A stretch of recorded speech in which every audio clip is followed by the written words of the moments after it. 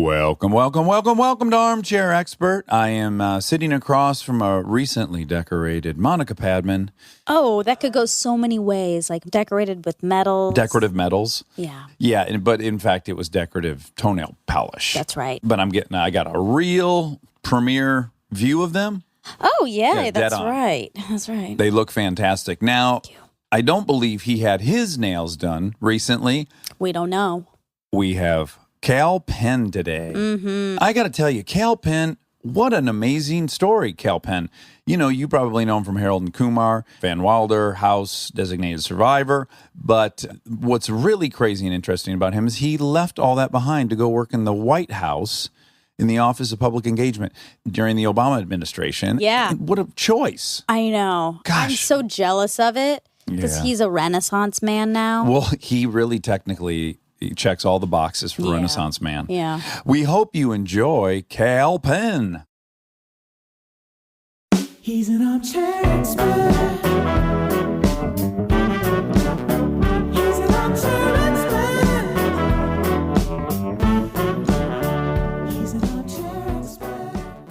But I got to tell you, I fucking love it. I don't fatigue from it at all. Good. Yeah, I really. I mean, you guys have such an amazing time. It's nice to hear that it's like legitimately. Well, our real hobby is if we're not doing it here, we are on the patio at my house. Yeah. Monica and I are debating some hot button topic. That's it. I'm into motorcycles and chatting. Yep. Yeah. What's the hottest button that you've had recently? God, that's a dangerous question to ask Okay. us. I mean, I think we both That's a know good question, though. generally what it is.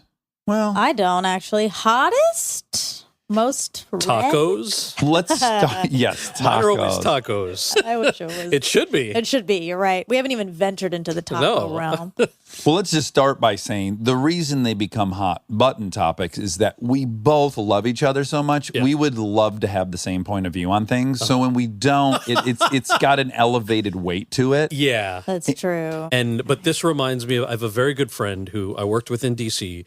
She's brilliant. Mm-hmm. She is an environmental lawyer and found out recently over drinks that she's not entirely sure about climate science. And I'm like, what are you talking about? Wow. What do you mean? Well, Oh, What are you? boy. How is that? And I thought she was joking for the longest time, and it was like, I don't understand. This can't be true. right.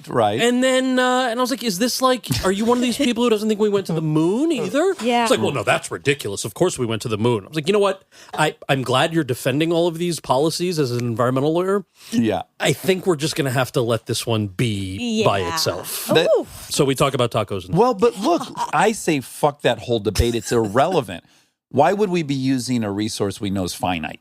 Why wouldn't our daily activity be figuring out which one is infinite? One of my favorite conversations that I had when I used to work in DC was with young evangelicals who didn't agree with the guy I was working for on like any issue, but they believed that they were put on God's green earth to take care of it. And so whether they agreed with the science or not was irrelevant because they thought, why are we using finite resources for no reason? And dirty. It's polluting. Why don't we just be good about it? Let's have fucking solar everything and wind everything because it's just the wise, smart thing to do. There's the You know, it's like when you're fighting with a wife or something and you're fighting about the silverware drawer. That's not the issue generally. I see your I point. hope it's not. Yes. That's a very silly thing to be Tacos. fighting. We know you professionally is Kal Penn. Yeah. But that name is what we would call a stage name. Yes. But interestingly, it is also your whole name. How do I say your birth name? Kalpen or Kulpen. Kalpen or Yeah. Kulpen? Kulpen is like how you actually pronounce it. This is like Hassan. Yeah, exactly. Yeah. Right? Yeah. It gives me anxiety to know that there are two acceptable pronunciations of a word. Like there's only Dax, to my knowledge. But what's the right comparison? I always get in trouble when I make the wrong comparison. So Kulpen is a Gujarati word, or I think Gujarati, if not Sanskrit or Hindi, but it means the object of a dream or the person you dreamed about. Okay. So because it's not an English word, obviously we speak English as our first language, and so you're going to say Kulpen turns into Kalpen. Sure. That's not wrong necessarily. I mean, it's not right, but it's not like it's not wrong. It's more like saying that advertisement versus advertisement. One is right or wrong. Sort No, of. one is Right, said but in England and one is sure. said here. Yeah. So I know. Monica's like, well, the right way is the origin of where it's Yeah. coming from. So I don't know Yeah. where advertisement started, but whoever it started is probably the correct way. I think, let me maybe be more clear. So Kal Penn is obviously the real pronunciation of my Kal Penn. name, Kal but Penn. Kal Penn is fine. yeah, you feel. I feel fine about it. Yeah, that's nice. But yeah, no, it's a screen name, a stage name, and when I first moved to LA in 1995 to go to UCLA, you went to UCLA too. Brother, we both graduated in 2000. I don't think I've ever Yes. met anyone. No. We were I there forgot at the about this. same We were, time. but I didn't know you. I didn't know you. You Among were, the 40,000 people. but you were sociology and film, Yes. and I was anthropology. Yeah. So I think we were on the same end Very of close. the campus, Yeah. right? Yeah. And I maybe even had a sociology class. It's very likely we have crossed paths Yes. numerous times. It's likely we had the same class at the same time. Yeah, that is possible. 400-person lectures that we had each. Well, yeah, what kind of student were you? Because I think we shared this, that I was here to be a comedian. I went to college to get my mom to pay my rent and to make her happy. So I didn't live on campus. I wasn't like fully immersed. I just was there learning, taking tests, and splitting. Were you having the college experience? Yes. So I moved from New Jersey to go to UCLA. So I moved out there when I was 18. I was in a triple in Reber, which was awful. I mean, I loved the dorms, but I was in a triple room, which meant it was, the size of, I think originally crafted for one human and then three people live in it with these weird bunk beds. But I loved it, man. I loved being at UCLA. I ultimately decided to go there because I knew I wanted to get into film and TV. I grew up in New Jersey, right outside of New York City, and I loved theater, but I sort of thought if I get into an LA school, then that's going to be my opportunity to go out there early. And I wanted to get an education. And I liked actually that UCLA had a diversity of your education experience. It was a huge school. You had all these experts teaching random classes, but if you wanted to do your own thing, you could, and you could kind of pick and choose. I'm also a huge nerd, so I took, for example, I tried to take LS2, this pre-med life sciences class, as an elective, and failed it and had to drop it. But I remember being in class and not understanding something the professor said and asking the kid next to me, don't look at my paper. I was like, I'm a theater major, buddy. This is an elective. I'm not competing for med school with you. But there was intense shit like that I'm like, yo, this is like, as much as I'm here to be an actor, like, you guys are legit doctors. Yes. Doctors in training. Now, crazy side note, unrelated. Monica and I watched this documentary on white nationalists, and one of the things that came out. to see where we're going with this. Yeah. I think you'll have the same shock I did, which is when I got to UCLA, I was like, okay, I think at the time it was like 42% Asian, 39% Caucasian, of just the most multicultural place I'd ever been in my life. So when we watched this white nationalist documentary, this guy started tracking people that had been at Charlottesville and then found them at other rallies and then found out who they were and kind of exposed their identity. One of them was a medical student at UCLA with a government clearance at a weapons manufacturing facility out here in California. And of all the things, of all the fairy tales I made up about my classmates while I was sitting in class, I would never have thought there was a white nationalist there. It seems like, why would you go there? It's just, You can choose everything. Yeah. Yeah, you're coming to one of the most diverse schools on the planet, and you're a white nationalist. It's just, I was just like, oh wow, I guess you really don't know anybody. Do you think he became a white nationalist after that experience because he had some bad interactions? He couldn't compete. Could be. I don't know. It's possible. Maybe he had the wrong triple room in Reber. That's right. Yeah, you get the wrong two guys, might set you on a bad path. I remember, actually, so I was an RA my third year. I had a resident who came to me, and they teach you this in your RA training, and you kind of roll your eyes and go, this would never happen. There was this training scenario where, what would you do if one of your residents comes to you and says, my roommate drew a swastika and left it on his desk? And I'm like, how old is this training? Yeah. I grew up in, a suburb of New York City. It was a fairly diverse community. Middle school, you go to bat mitzvah every weekend. Like, the idea that somebody would hold these views was so old to me. Yes. My third year when I was an RA, I had a resident who came to me and he was very upset and he said, my roommate left a swastika on his desk and I don't know what the hell. to do. And I couldn't believe that. So, I mean, it is shocking, but when I think back, I'm like, wow, that happens. Is there any way this person was scribbling absentmindedly, or this seems very... I'm out on a dangerous limb. Well, when you started, I was going to make a joke about the old Sanskrit or Hindu symbol, the swastika. We've covered that. But then you kept going, and I was like, this is not a joking time. But no, he that is what he meant by it, and there was a whole intervention. And yeah, what was done? Wow. I can't remember entirely. I think they obviously reassigned the room because it's one of those, the racist kid's right to express himself is also something that's a thing that needs to be considered. Yeah, of course. But also, I mean, come on. What do you... Right. That's not the kind of thing that you mediate on your own when you're an RA. You have to kick that up to that's good. your supervisor. But I remember telling my supervisor, I'm like, I remember sometimes when beef happens with my residents, like somebody using a word that the other person finds offensive, and I'll tell the kid who's using the offensive word, I'm like, always they go, well, that's my right. I have a right to use that word. You can't tell me that I can't use. I'm like, dude, totally. You absolutely have a right to use that word. Do you have to be an asshole? Right. Yeah. Right. You have the right to be an asshole. Well, like, where did you grow up that you feel the need like somebody is taking something away from you if you can't do that? You also have a right to shit on your dining room table every day. That is a right people in America have. That doesn't mean one should defend that right to shit on their dining room table. Well, it's a slippery slope, Dax. Well, it is. It is. UCLA. Yes. I just have to give this shout out because that's where you asked about the screen name. Mm-hmm. That's where it sort of came together. Many a late night in the dorms, like sitting in these stairwells and talking about nothing with people who then become your best friends. I think it was my end of my second year, and we were talking about, I was trying to get auditions, and every Wednesday I would go down to this newsstand on Gailey Avenue and get Backstage West. Oh, yeah. Which is now, I think, only online, right? Yeah. Probably, yeah. I always felt like I was participating in someone's murder plot when I was submitting to a lot of them. I've met people in one-bedroom apartments for roles. 100%. It was a different era. You roll up to an apartment, you're like, well, I guess this seems fine. This guy could be a producer-director. Yeah.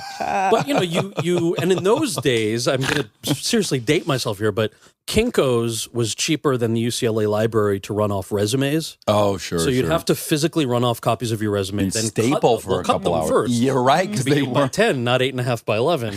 Staple them to your headshot, get the envelopes, then take them to the post office. And that shit costs money when you're 18, 19 years old. Yes. You save up a lot for those submissions every week. So I would do that. And, these guys who are still my best friends, they're like accounting majors or science majors. And somehow one night we started talking about screen names. And they said, oh, Whoopi Goldberg, her name is not Whoopi Goldberg. It's not. Right. And, we looked it up on the internet, which we did have, dial-up. And, Chevy Chase, his name is not Chevy Chase. Sure, after the road out here, right? There's something, right? There's the Chevy Chase Road that runs all through, like, Pasadena and then into Eagle Rock. And I think that's where he got the name. Same thing with Maryland, right? The Chevy Chase Maryland is similar. Okay. There was something about that. Anyway, they said, what about, why don't you come up with a screen name? I was like, yeah, what do you guys think? That could be interesting. Maybe you get more auditions. Because they were like, Kal Penn Modi is not a memorable name. Okay. You need something catchy. Well, that's one take on it, but yeah. There was also the, typecasting. There was also, does my headshot look enough like me? There's a whole suitcase full of things that I think any actor, but then particularly if you don't look like everybody else, you kind of go crazy in your head about. And I was like, what do you guys think? They're like, what about Kal Pacino? That's pretty good, Kal Pacino. What about Cal Ripken Jr.? I was like, really? Okay, guys. But Kal Penn was always shortened to Cal, like Joseph becomes Joe. And and so we're like, oh, what if I just split my first name in half? I was getting headshots done that same weekend. So ran off the headshots with this screen name. And obviously headshots are very expensive. So once you have that set, you wait until all 1,000 of them are gone. Yes. 6 months later to get your new set printed. And in that 6 months, an agent happened to call. And so I had the name on those headshots. So that's what I ended up using. Yeah. Oh. I'll add into there that, do you remember when the technology came out? When you got your headshots printed, you could have the resume actually printed on the back. Yeah, but it's smeared, right? Well, it wasn't great. And then what was even worse is I would get 1,000, to your point, because they'd bring that unit cost down a lot. First of all, my resume was all lies. Yeah. It was 100% lies. Always. And then I would actually do something, but I was too cheap to go get new headshots. So now I'm either in a position I wrote things in pan, which looks terrible, or I've gone back to stapling the new updated resume, but underneath is an older. The whole thing was just so stressful, and I just hated that whole part of it. I got my SAG card by lying. You did? I did. Oh, great. You know, the special skills section, which is like anything you tried once at camp goes on that. 1,000%. Yep. So basketball was on there, and this agent who, you know, after my second, third year, whatever, was willing to take me on. Who, by the way, Barbara Cameron is her name. Kirk and Candace. No. We are the same person. Wait, shut up. What? My Shut first up. agent Was was Barbara? Barbara Cameron, and I got fired by her, and I kept the letter. What? I have in my files a fired letter Why from. did she fire you? She did not see By the way, any. you- Oh my! Wow. What happened? She took a chance on me. I loved her. Same life. It needs to be pointed out to the listener. It's not like we both were at CAA or UTA. Yeah. Barbara Cameron was primarily specializing in younger children Yes. actors because of her child, Kirk. Kirk and Candace Cameron, yeah. And did you go to the weird house that was way the fuck up pool against the house, mountain? The little house in the back in West Hills. Yes. In the back of her actual house, Very was far the away. office house. There was a drop box in the valley somewhere for you to pick up your scripts. Yes. That Laura would bring Yes, to. Laura. Laura. This was her assistant. is not possible. But she, We should have met 1,000 times. yes. Wow. When I first went to read for her, I think I read for Laura. I read for both. Barbara was there. Okay. I remember driving to this West Hills address. I had prepared a monologue from Henry V. Okay, perfect. Right? And now, Sure. for the listener, if you're moving to LA to be an actor, nobody will ever ask you to recite a Shakespearean monologue ever in your time. Those movies come by once every 7 years. Yeah, so. don't worry about it. Yeah. Not only that, there's no preparation. I had to read like some toilet paper commercial. Same. When I got there. And but when I went to that house, I thought after all of the years of the Backstage West stuff and going to people's apartments, I pulled up to this house and it's so beautiful and quiet. And I was like, this is porn. This is how you get tricked into doing porn. Right. There's nobody. And then you walk in and see the Full House and Growing Pains posters. And I'm like, it's either fucking crazy porn or we're fine. And I think we're fine. Right. Here. Oh, wow. Yeah. This is unbelievable. That's so crazy, So man. my What letter, was the- my letter was, and again, it's going through my filter of having been very embarrassed by getting fired, terrified now because that was the first agent I ever got. It took me years to get that one. But if I remember it correctly, it deeply implied that I wasn't putting the same energy into my career that they were putting into it, or something along those lines. I think because I was stubborn about like getting digital headshots and paying for that. Like I was always a little reserved about all these things I was supposed to be buying on top of it. Yeah. At any rate, I was fired. And I was much less evolved then and spiteful. And I saved the letter solely in case I ever made like $20 million on a movie and it was in the headline. I was going to send that back to them. Yes. And I healed from all that.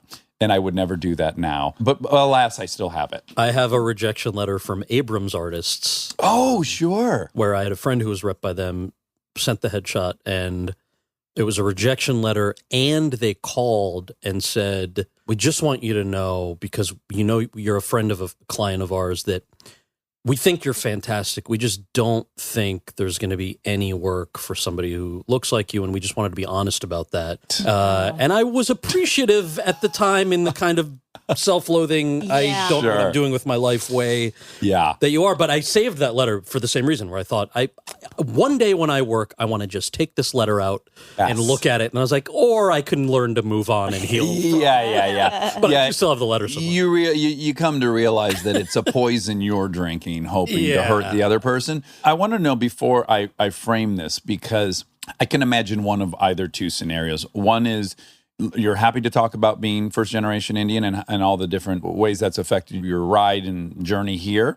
Or I could imagine you being like, dude, I'm a funny actor. Let's just talk about me being a funny actor. I'm sick of talking about that component.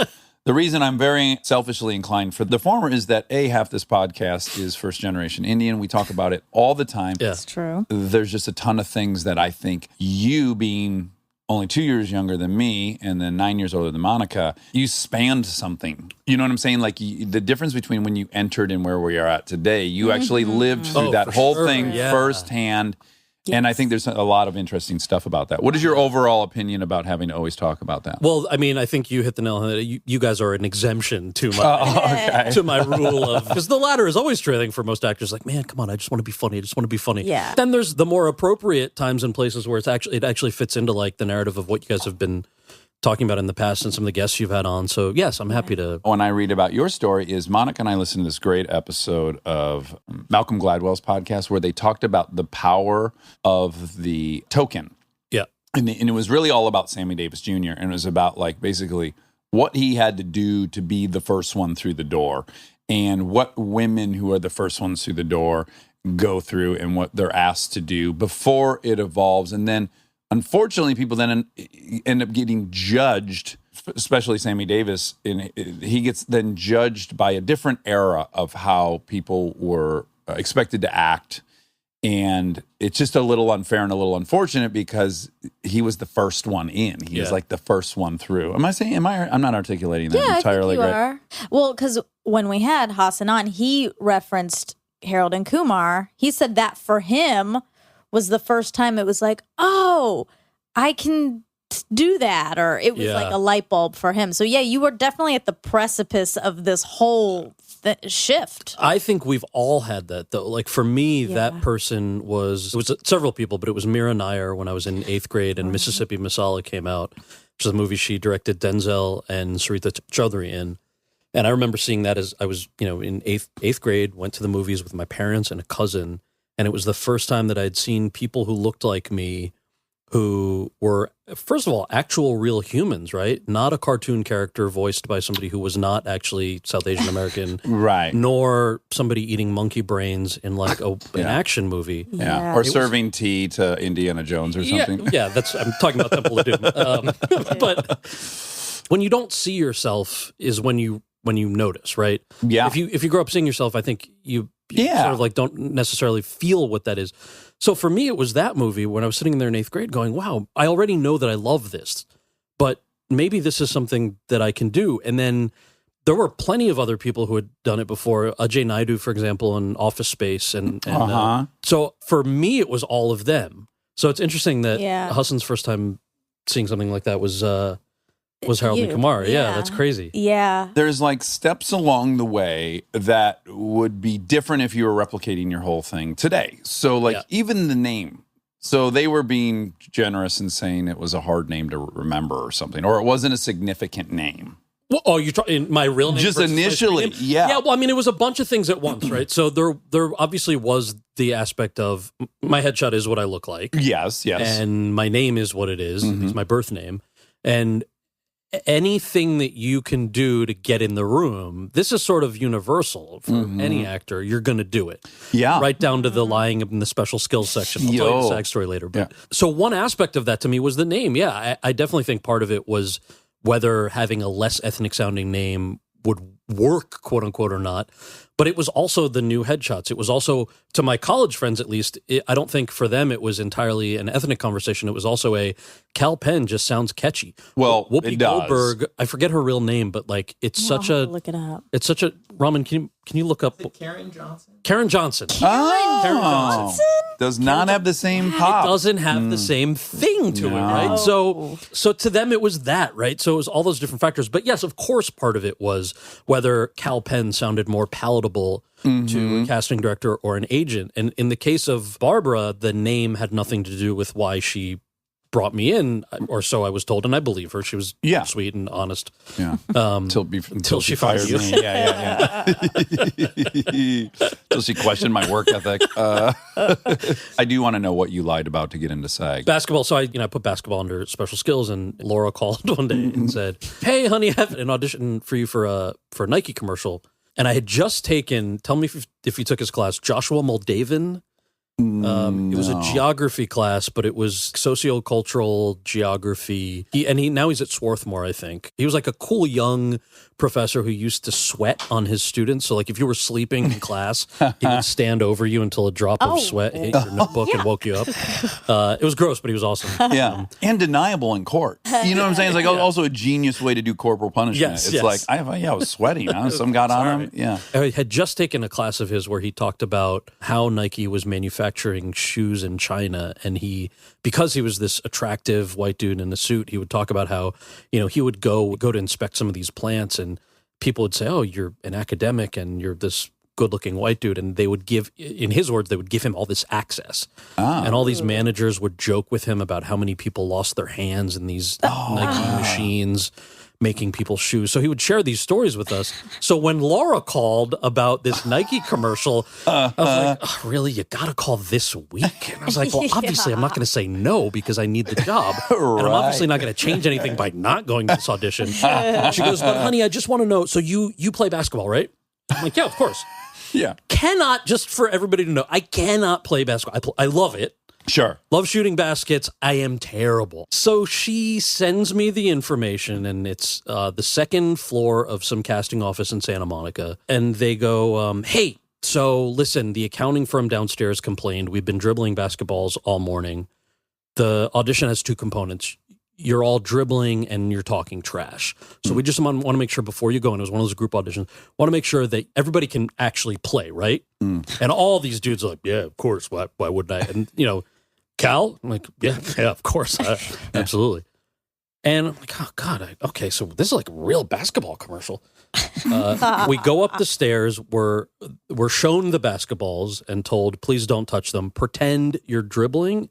I can talk trash. I can improv. And space work some basketball skills. I owned this audition. I talked the most vicious trash. I'm from New Jersey. I talked the most vicious trash to this group of people. I just want you to know, I 100% auditioned for this commercial. Did you? Yeah, Wait. yeah. It was, I'll I tell you did. which one it When you is. started describing, I was like, yep, and I remember the whole no bouncing the basketball. Were you guys in the same group? Or are you going to go and Very say that? possible. It was, this commercial exists on YouTube. It was the 1998 NBA lockout commercial with Samuel Jackson.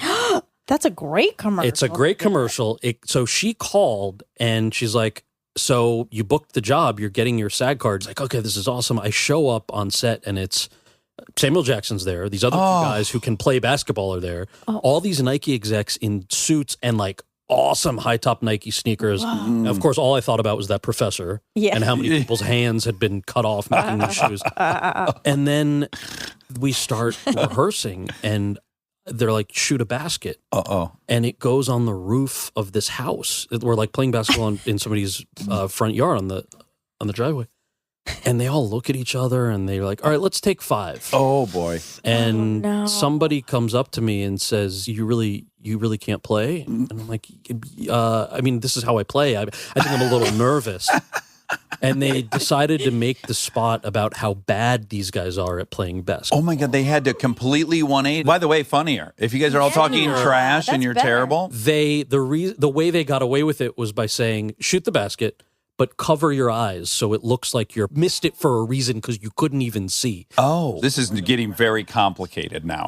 Wearing a brown hat, you can't see my face because I'm covering my eyes. You see the other two guys, and then Sam Jackson says something like, 3 guys playing horses. Fantastic. Got my SAG card, got away with it. I think this is the first time I've publicly told this story. Thing that I remember doing was I was such a nerd, I wrote down the, $500 or whatever you get for doing a commercial.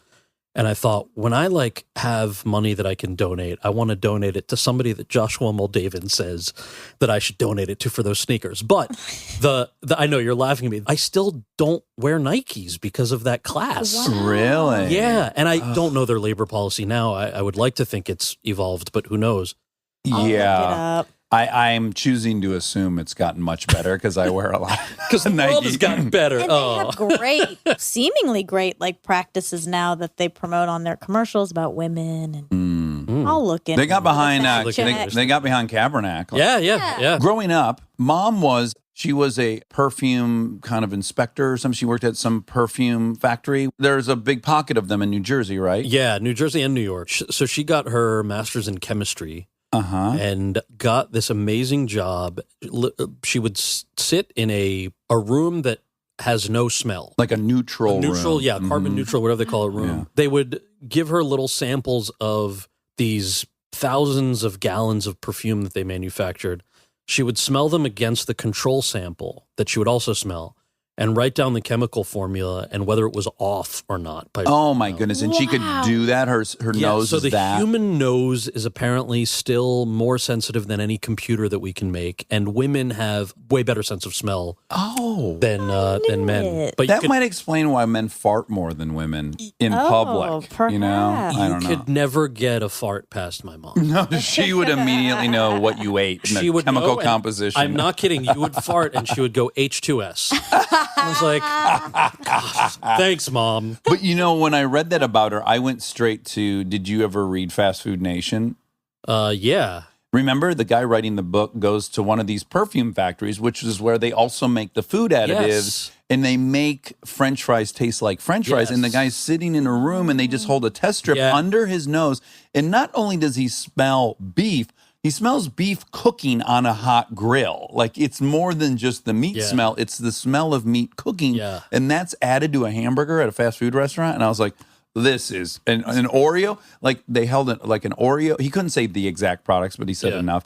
They held the Oreo test strip under his nose, and he's like tasting an Oreo. Wow, that's And I've always been so furious they have not infused that Oreo scent into broccoli. Like, I would love it if they could get a broccoli to that's taste like an true. Oreo. Yeah.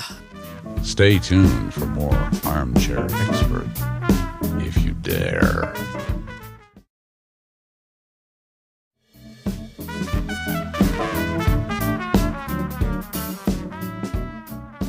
But that, like, she would have all these crazy stories. And I remember just the idea of these companies investing in the psychology of how something makes you feel, or a McDonald's product, for example, the marketing that goes into a Happy Meal and how that's like a lifelong consumer that they're trying to build into and Yeah. invest. I feel like, okay, here's a hot button. Oh, let's ooh. go. For you. I'm gonna roll up my sleeves. How much, based on taste alone, okay. only taste, Okay. how much do you think a Big Mac should cost? Based on taste. Okay. I think $7. Monica? I think 6. Okay. Yeah. All right. I think it should cost $55. Oh, wow. It is. I don't eat meat. Look, I don't eat meat. You led us right to the trough. So but I've been a vegetarian for a while now. On the times where I've cheated, and I have Yeah, cheated. sure. Sure, we must. That sandwich that, tens of millions of research dollars have gone into for Dax, exactly what you just described. These tastes and they're all The fake. flavor profiles. None of them are real. It's a No. manufactured thing you're eating. Yeah. It's worth those hundreds of millions of dollars. And taste-wise, I feel like that tastes way better than anything at any fancy $12 burger. Couldn't agree more. $5. Yeah, you know what, a question that would have been more of a bullseye for her is ask her what she thinks the value of Burger King rectangle chicken sandwich is. Oh, what's the? Because you're lighting up there. You're lighting up. What is the value, Monica, of a Burger I would King say rectangle chicken taste sandwich? alone, $20. Okay. Yeah, because you got to put it in the Houston's chicken sandwich category of like Yeah. fulfillment, which is like I don't know, it's between Houston's 15 and is 20. like $75.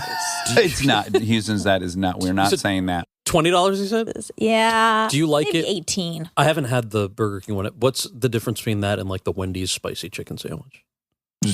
It's a thinner. Nothing about it's good. Nothing about what I'm about to say is First of all, it's a appetizing. perfect rectangle. It doesn't even resemble a chicken Perfect breast. rectangle, thin chicken.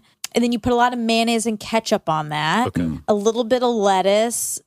We got one recently. Lettuce was It didn't not travel so- well. Okay. It was not so fresh. Sesame bun. I don't know. What can I say? It all comes together in a great product. Well, I'll add that the batter ratio with the meat, because it's so thin, it's quite high. It's like a 1 to 5. Yes. Whereas with your Wendy's one, it's more than like the 1 to 12. Because it's a thick piece Yeah, of it is chicken thick. breast. It This is has thick. been ground up, put into a pattern. Reconstituted, yeah. The molecular I had integrity is destroyed. I had an Impossible Whopper yesterday. Wait, they Started make yesterday. Impossible Whoppers? They just started, and I have some friends who work for Impossible, and I've worked with them before, and I was like, I'm super psyched that you're actually in like a mainstream, every Burger King in America. Yeah. I'm going to go try this. And my buddy was texting me, he's like, they're getting the consistency right because they cook them in each Burger King. What did you think? Did you get it with cheese? Get it with cheese because the fat helps make it taste like a real Whopper. I'm like, dude, I didn't get it with cheese, and I was blown away. Oh, wow. Really? And yeah, like so I want to do a side by side. I want to cheat one day and do a side by side. Yeah. I'm already an Impossible fan, but I was like, damn. Next time you cheat, I want you to go to Emily's in Brooklyn. Oh. That's the best burger in America. Okay. And you're going to price that at $500. Oh, if man, if a really? $55 Big Mac, would you agree? Yeah, well, the story we've told on here is Monica and I went there. We had heard it was a great burger. I want to say it was $27 on the menu. And when we ordered them, I was like, this is a joke. This is fucking highway robbery, hipster bullshit, blah, blah, blah. Took one bite. And I said, this is vastly underpriced. Like, I would 100% spend $50 on that hamburger. What makes it, since you described the Burger King chicken sandwich so beautifully, what makes it worth $500? It tastes a little bit like French onion soup has been placed on there. Like, there's a lot of caramelized onions, and it's like wet. It is fucking cheesy. wet. Oh, it is so. I mean, I think about it 3 times a week. Wow. Yeah. Yeah. There's this orange fucking sauce over the caramelized onions. The bottom of the pretzel bun is the best pretzel bun I've ever had. Okay. And then it's just damp. And I was saying to Monica, the next time we did it, I'm going to get 2 of them in a bowl because I don't want to lose a bit of that grease and everything that came out. Sauce. Oh my God, we're So that's wasting. your cheat. That's your next cheat. Okay. We've wasted Emily's? a lot of your exciting story on this Not burger at all. thing. And now Dad, and you share this in common with Monica, Dad is an engineer. Yes. Oh, what kind? Mechanical? Okay. Maybe. I only vaguely know as well. Structural. My dad's a structural engineer. Yeah, he's a structural engineer. Yeah. When did he move to the U.S. or when did your parents come here? He came when in his 20s. Yeah. And then my mom came when she was 6. But what years? Ooh. Oh, your mom came when she was 6? Yeah. Oh, wow. Cool. Yeah, so she grew up in Savannah. Okay. Your dad seems to have come around in the mid-'80s, yeah? Before that, I think probably late 70s. I don't know. Why did your mom's parents come? Because my grandfather, he's a professor, and he came to get his PhD. In the 60s? Must have been. And her father came because he had killed somebody and had to Sure. evade Yeah. the law. No, same with my dad. Yeah. It's a common story. Yeah, no, we invaded for a reason. The reason I was asking is I'm always super interested in this huge influx of Asian immigrants overall, but South Asian immigrants in particular that came post 1965. So I'm probably getting the wording wrong as I'm remembering all this, but the Asian Exclusion Act basically like prevented people from Asian countries from coming. Okay. In the mid 60s, it was repealed and people were allowed in because we had a shortage in the U.S. of doctors, engineers, and a couple of other professions. So my dad could come here because he had gotten into an engineering grad program outside of New York City. And that's a common story from a lot of my peers' parents' generation. Yeah. Where they were allowed to come for that reason. Well, Ashok was just telling us this last night. So he came in that same manner where you had a skill that was desired by the U.S. and you were led in. He said, but also what happened was there was a huge influx of the Indians that had been living in Uganda. And those folks came in at a much different thing where they generally had money. And you could also come in if you could invest a certain amount in the country right when you arrived. So then there was this other influx of people. And her dad was saying last night that for a while, the professionals that had come kind of looked down on that group. Yeah.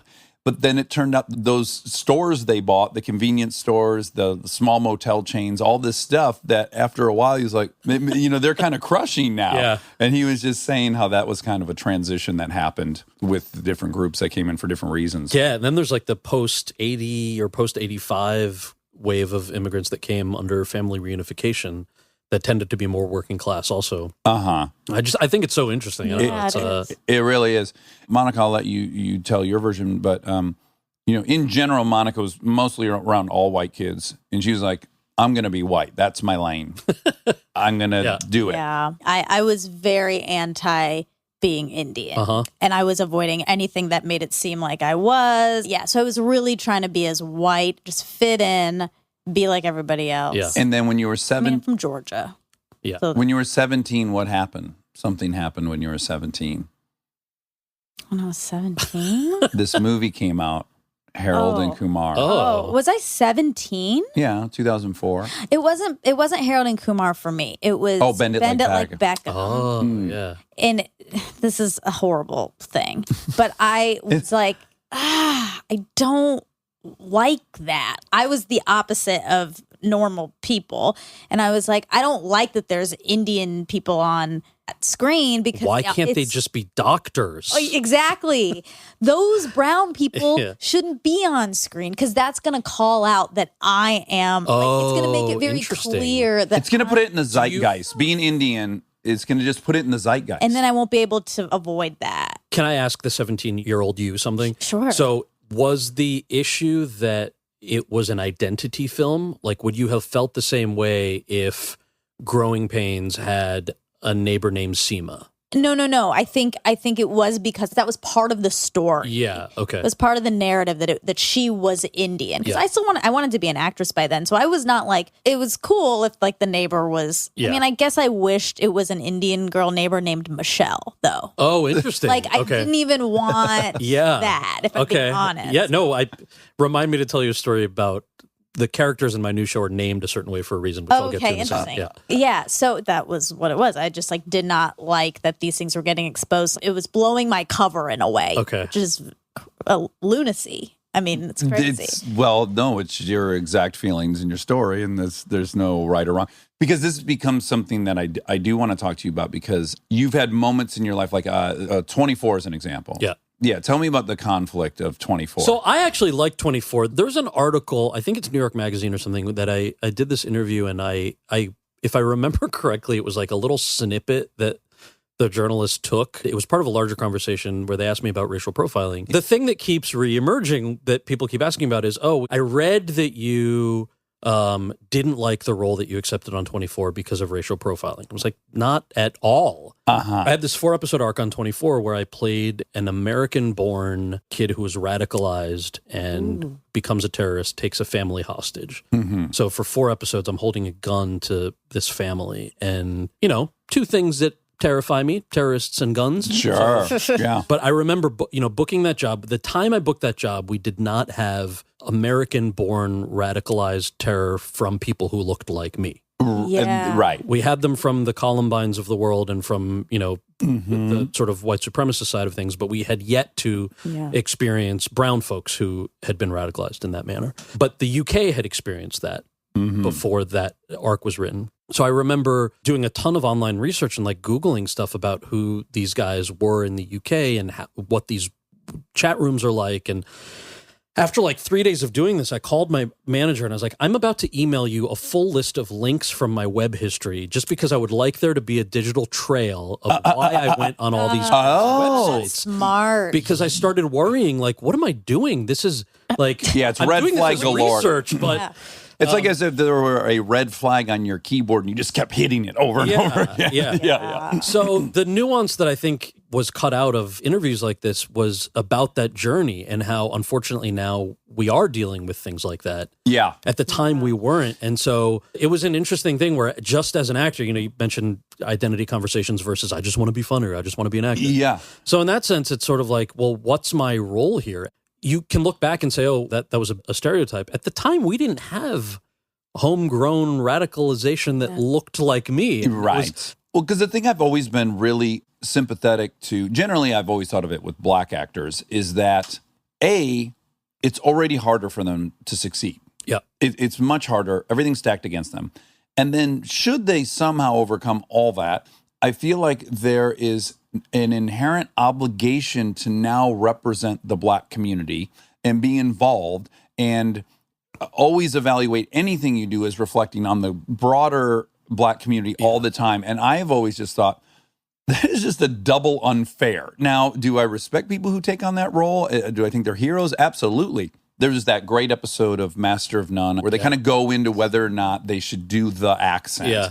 And Aziz has one opinion and his friend has another opinion. And I just feel like what a drag that, as you said, there were a couple people you saw of descent on TV, and you're going to be lucky enough to be one of them. But now you've got to evaluate the entire implications of that. Yeah. Seems like a lot to put on a 23-year-old Totally. hungry actor. It's also super fluid, right? By the way, that episode of Master of None reads like a documentary to me. Like, Oh, really? oh yeah, tons of stories with casting directors, and it's funny that people ask about the 24 episode a lot because that was one of those where I'm like just psyched to play a character who's such an abysmal human being. like, you know this because the comedy space is sort of our thing. Like, you're playing a likable, nice guy so often. Like, give me an asshole. Yes. I want to play a despicable human being. Yeah. But so that conversation about like whether to do an accent with Barbara was actually very helpful to me. The first movie I did this movie Van Wilder with Ryan Reynolds. Right. First movie I did a couple years after college. So you know Andrew Panay? Yeah. Who's one of my best friends. Yeah, no way. Tell him I said hi. Okay. I had a blast making that movie. Mm-hmm. Laura, Barbara Cameron's assistant, called me. I love that this is like, So it's crazy. this already, we're in an attic. I feel like we're friends. But, Yes, but then this added element, It's like crazy. UCLA and are the same agent. So, Well, we both found out we were married to Kristen Bell. I feel like we're one step away from that. hi, honey. So Laura called me and said, hey, I've got this amazing audition for you. I'm so excited. It's the supporting lead in a movie. You have to come to the office. I need to talk to you about the script. And, this office in traffic from Westwood is like a 2-hour scenario each way. Mm-hmm. So I said, why don't you just leave it at the Dropbox and I'll come pick it up tonight. Yeah. Tell me what the character is that I'm reading for. Just email me some of the sides. And she goes, no, I want to talk to you about it. I'm so excited. It is a supporting lead in a teen comedy. I was like, now I'm excited. Send me some of the sides. What's the name of the character? She goes, just come in. This went back and forth. And I was like, I promise you I will come in. Just tell me the name of the character and send me some sides. She goes, okay, the name of the character is Taj Mahal. And I hung up on her. Yeah. And she called me back and she goes, honey, I figured you might do that. I'm like, yeah, look, I didn't study theater nor move out here to go to UCLA to play a guy named Taj Mahal. Thank you so much for the opportunity. Not going to happen. And she said, I really need you to understand that this is a big deal. This is a supporting lead in a studio comedy with Ryan Reynolds, who's on Two Guys, a Girl, and a Pizza Place. Will one day be Deadpool. With one day. Yeah. And Tara Reid, who's in American Pie. Yeah. And you need to audition for this movie because if you get it, then I'll be able to pitch you for a different caliber of projects that I currently cannot pitch you for because you don't have those credits on your resume. Yeah. And she said, please just read the script. So I read the script, and yes, it was phenomenally stereotypical. I'm playing a guy named Taj Mahal who had a, sort of exaggerated accent and was lusting after white girls who he couldn't get, and like sort of every stereotype in the book. Yeah. Also, interestingly, every stereotype of just being an 18-year-old male. Mm-hmm. So like oversexed, can't think, thinks with his dick, like every stereotype of that, right? Yeah. Then I start realizing that the plot doesn't advance absent this character. So this question, this goes back to sort of the accent conversation. We oftentimes think it's kind of reductionist, but we say, I'm not going to play a cab driver. I don't want to play a store clerk. Right. Well, then you get into this weird territory of, are we just saying that because they're working class jobs? Or do you actually mean that there's something one-dimensional about the portrayal, the historic portrayal of these roles, or that they don't advance the plot of the film, or the character doesn't have an arc, there's nothing for them to do? Right. So I called Laura back and we had this conversation with her and with Barbara about like, well, this is really interesting because I remember it being less about me being personally offended at these stereotypes, Right. and more about me feeling incredibly bored by them. Sure. Right. And like there wasn't a ton of comedy for you to do. Exactly. Yeah, like it was lazy comedy. Yes. That's interesting. Yeah, you could have been more offended by just the cheapness of the joke as opposed to the racial implications. Exactly of it. right. Yeah. And it was both. And I remember calling one of the casting execs, I think she was a VP at NBC. This is 20 years ago now. This woman named Sonia Nakor, she happened to be Indian American and happened to be in the casting department at NBC. And I had a general meeting with her a few years prior. And she said, if you ever have any questions, feel free to give me a call. And I thought, I am very conscious that, to your point about African-American actors, you're always being told you have to choose something based on an entire group of people. Mm-hmm. And I thought maybe she would have some insight into this role. And so I called her and I said, there's a script. And I told her everything that The character's name is Taj Mahal. She hung up. You called back. Right. She goes, well, so look, Barbara is absolutely right with everything she said business-wise. If you get a role like this, 100% she can pitch you for things that she just can't get you in the room for right now. Pilots. And it's no secret that any woman, any performer of color has to have 10 times more credits on their resume just to get in the door. So yes, she's being honest with you about that. How many things in the script offended you or did you find cringeworthy? I was like, I don't know, like 30? And she Oh boy, goes, that's a rough number to "Okay." start with. She's like, and was anything in the script actually funny? And I was like, oh, yeah. Like, there's a ton of stuff. Like, this dude's back gets lit on fire. And he's like trying to bone this woman. And like, she's super into him, but he screws it up. But it like goes beyond. It's very Animal House-esque in that regard. It's okay. So like that part of it excites you. It's like, oh, yeah. Like, if his name was Phil and he was from Des Moines and I could go out for this, I'd be super excited. Yeah. So she goes, okay, here's what you do. Pick 10 of the 30 things. And if you get that part, sit down with the writers and the director and talk to them about those 10 things. But in order to do that, you have to come up with 10 things that are funnier than what the writers came up with. You got to replace it. Yes. Yeah. You got to top And it. that was the first time that anybody told me that I had any agency in these conversations at all. Right. Because up until that point, it was just a fight about, I don't want to do this accent. You have to do the accent. You know, the horrible experience on Sabrina the Teenage Witch, I remember. They were so mean and so like, you're doing that accent. That's what we hired you to do. Like, oh my God, but I love your show. It didn't matter. So went through the audition process. The last audition, I remember I walk into the waiting room. I knew it was me and another guy. I was like, all right, I wonder if this dude's got the same feelings as I do. If like, does he have a stage name? Like, what's his deal? Does he feel comfortable with all this? And I walk into the waiting room and it was a white dude in brown face. Oh boy, was it me? It was not you. But I was not shocked. Oh wow. Because I had seen it a ton in auditions before that. And I've seen it a ton since that, right? Again, not to interrupt your flow, but when I say that you were a part of a different era, this is really minimally that's not happening today. I've never seen that. The last time I have seen it happen was just over a decade ago. Slightly over a decade ago, where I saw it on a show I was working on. Okay, which is 5 minutes ago. Wow. Yeah, in life. So yes. Yeah. So the reason I say that is we like to think these things are leaps and bounds separated from. But even some of our friends have done them on commercials or spots or like there are screw-ups. So can I just admit that embarrassingly in 2003 when we filmed it, which came out in 2004, there's a scene in Without a Paddle where someone's got a laser scope and then I get up and they're like, you have a dot on your forehead. And I immediately do an Indian accent in the script and I did it. I was proud of myself that I thought I did a good version of that accent. Yes. Because I had heard it on The Simpsons. Totally. Obviously, I wouldn't do that today. Obviously, now I'm embarrassed that happened, but it happened. I was 28 and I did it. And that was my first movie, and I would have shit in my hands and eaten it on camera if they would have let me stay. 100%. So you are perfectly teeing up what I was about to say, which was my beef was not with the guy in the waiting room. Oh, okay. Your beef is never with the other actor. At least this is what I believe. I was mostly fascinated. Did this brother do it at home? Yeah. Did he drive to the audition with brown face? If so, did he Got pulled over 3 times? Exactly. Did he do it in the bathroom? Did he come early? Did he go to all of the 3 casting sessions before in brown face? Did his agent tell him to do it? Did he come up with the idea, right? So we're just having a conversation. What's he even using? Is that standard makeup? Right. Is it? Yeah. So much to learn. Really nice guy.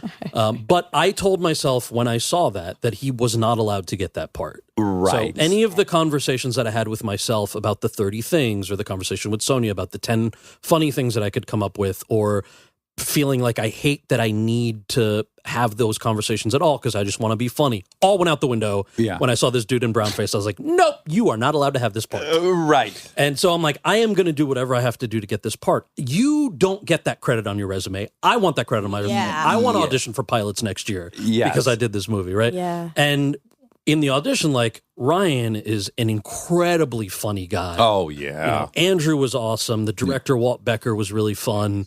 It was a great improvisational room where we had fun. And look, I think for a younger generation of performers of color who are listening to this, they are cringing and rolling their eyes, going, you are such an old man apologist for a movie like that. And I get it. Yeah, sure. I get the luxury of that position. Yes. Yeah. And I am not going to fight you on it. Yes. But I'm sharing my experience, which was at that time, this is something that was a real thing that you need a credit on your resume to get work, right? Yeah. So when Harold and Kumar Go to White Castle came around, I was at a birthday party for a mutual friend. John Hurwitz and Hayden Schlossberg are the 2 guys who created the franchise and wrote all 3 movies and are hilarious. Mm-hmm. A mutual friend introduced us, and John Hurwitz came up to me and said, whoa, you don't have an Indian accent.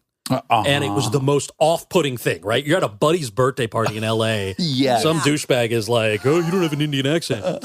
And I remember saying something like, well, you do sound like an asshole, something. Yeah. And he's like, no. What I meant was you're so hilarious in Van Wilder. I'm a screenwriter. I wrote this movie called Harold and Kumar Go to White Castle, but one of the leads is this kid from New Jersey. He doesn't have an accent, but he's Indian. And I was like, I'm from New Jersey. What's this movie? Yeah. He goes, you're from New Jersey? I'm from New Jersey. Sends me this script, and I called him, by the way, it was the funniest, I still stand by this, funniest thing I'd read. I tend to not laugh out loud when I read things. I laughed out loud, called him immediately, and I said, dude, this script is amazing. You're never going to sell it in LA. And when you don't sell it, please call me. I would love to help find how we can raise the money. Right. Calling rich people from like rich doctors my dad knows or something. Sure. I want to raise the money. I want to play this part. And he goes, I don't know what you're talking about, but we're selling this movie to a studio.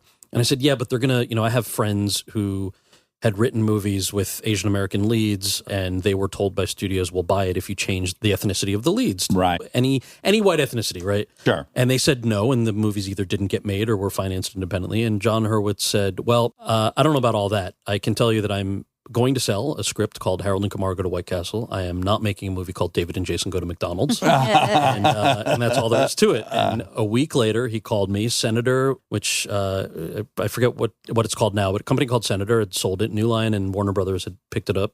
So it was a negative pickup. And he said, now this audition process starts. And they read people in New York, LA, London, Vancouver, and it kept getting whittled down. And as you guys know, there's no shortage of actors to play these parts, right? Right. The issue is always there's a lack of opportunity. Your beef is never with other actors. There's plenty of talent. So finally, it keeps getting whittled down. And my view is that I got this part ultimately. I'm proud of the audition I gave, but I was the only guy who went in who had a supporting lead in a studio movie before because I had done Van Wilder. They knew you. Yes, you they had could proven trust. they could put it on your shoulders. Yeah. A bit. Yeah. Stay tuned for more Armchair Expert, if you dare.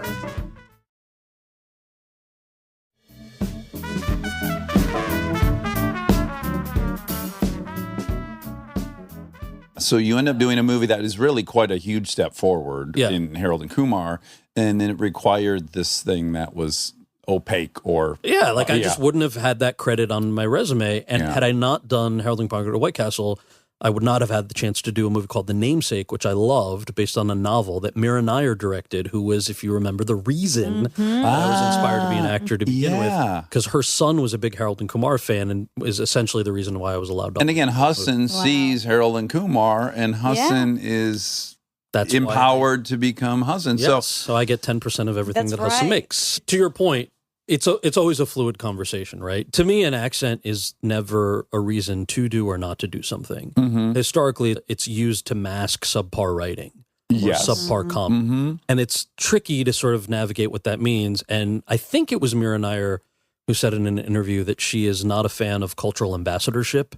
And I thought that was such a great way of describing this notion that one individual is allowed to decide what someone's experience is or what something means to someone. Now, that said, I think it's a little bit of the nuance of I want to just be an actor and a comedian, and I don't want to have to be mindful of the images that I send out into the world.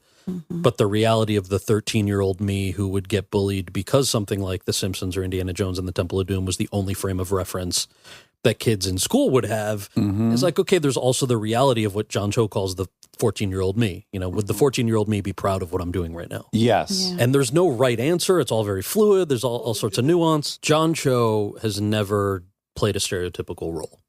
And I admire the shit out of him for it. He won't do it. I wouldn't do it now.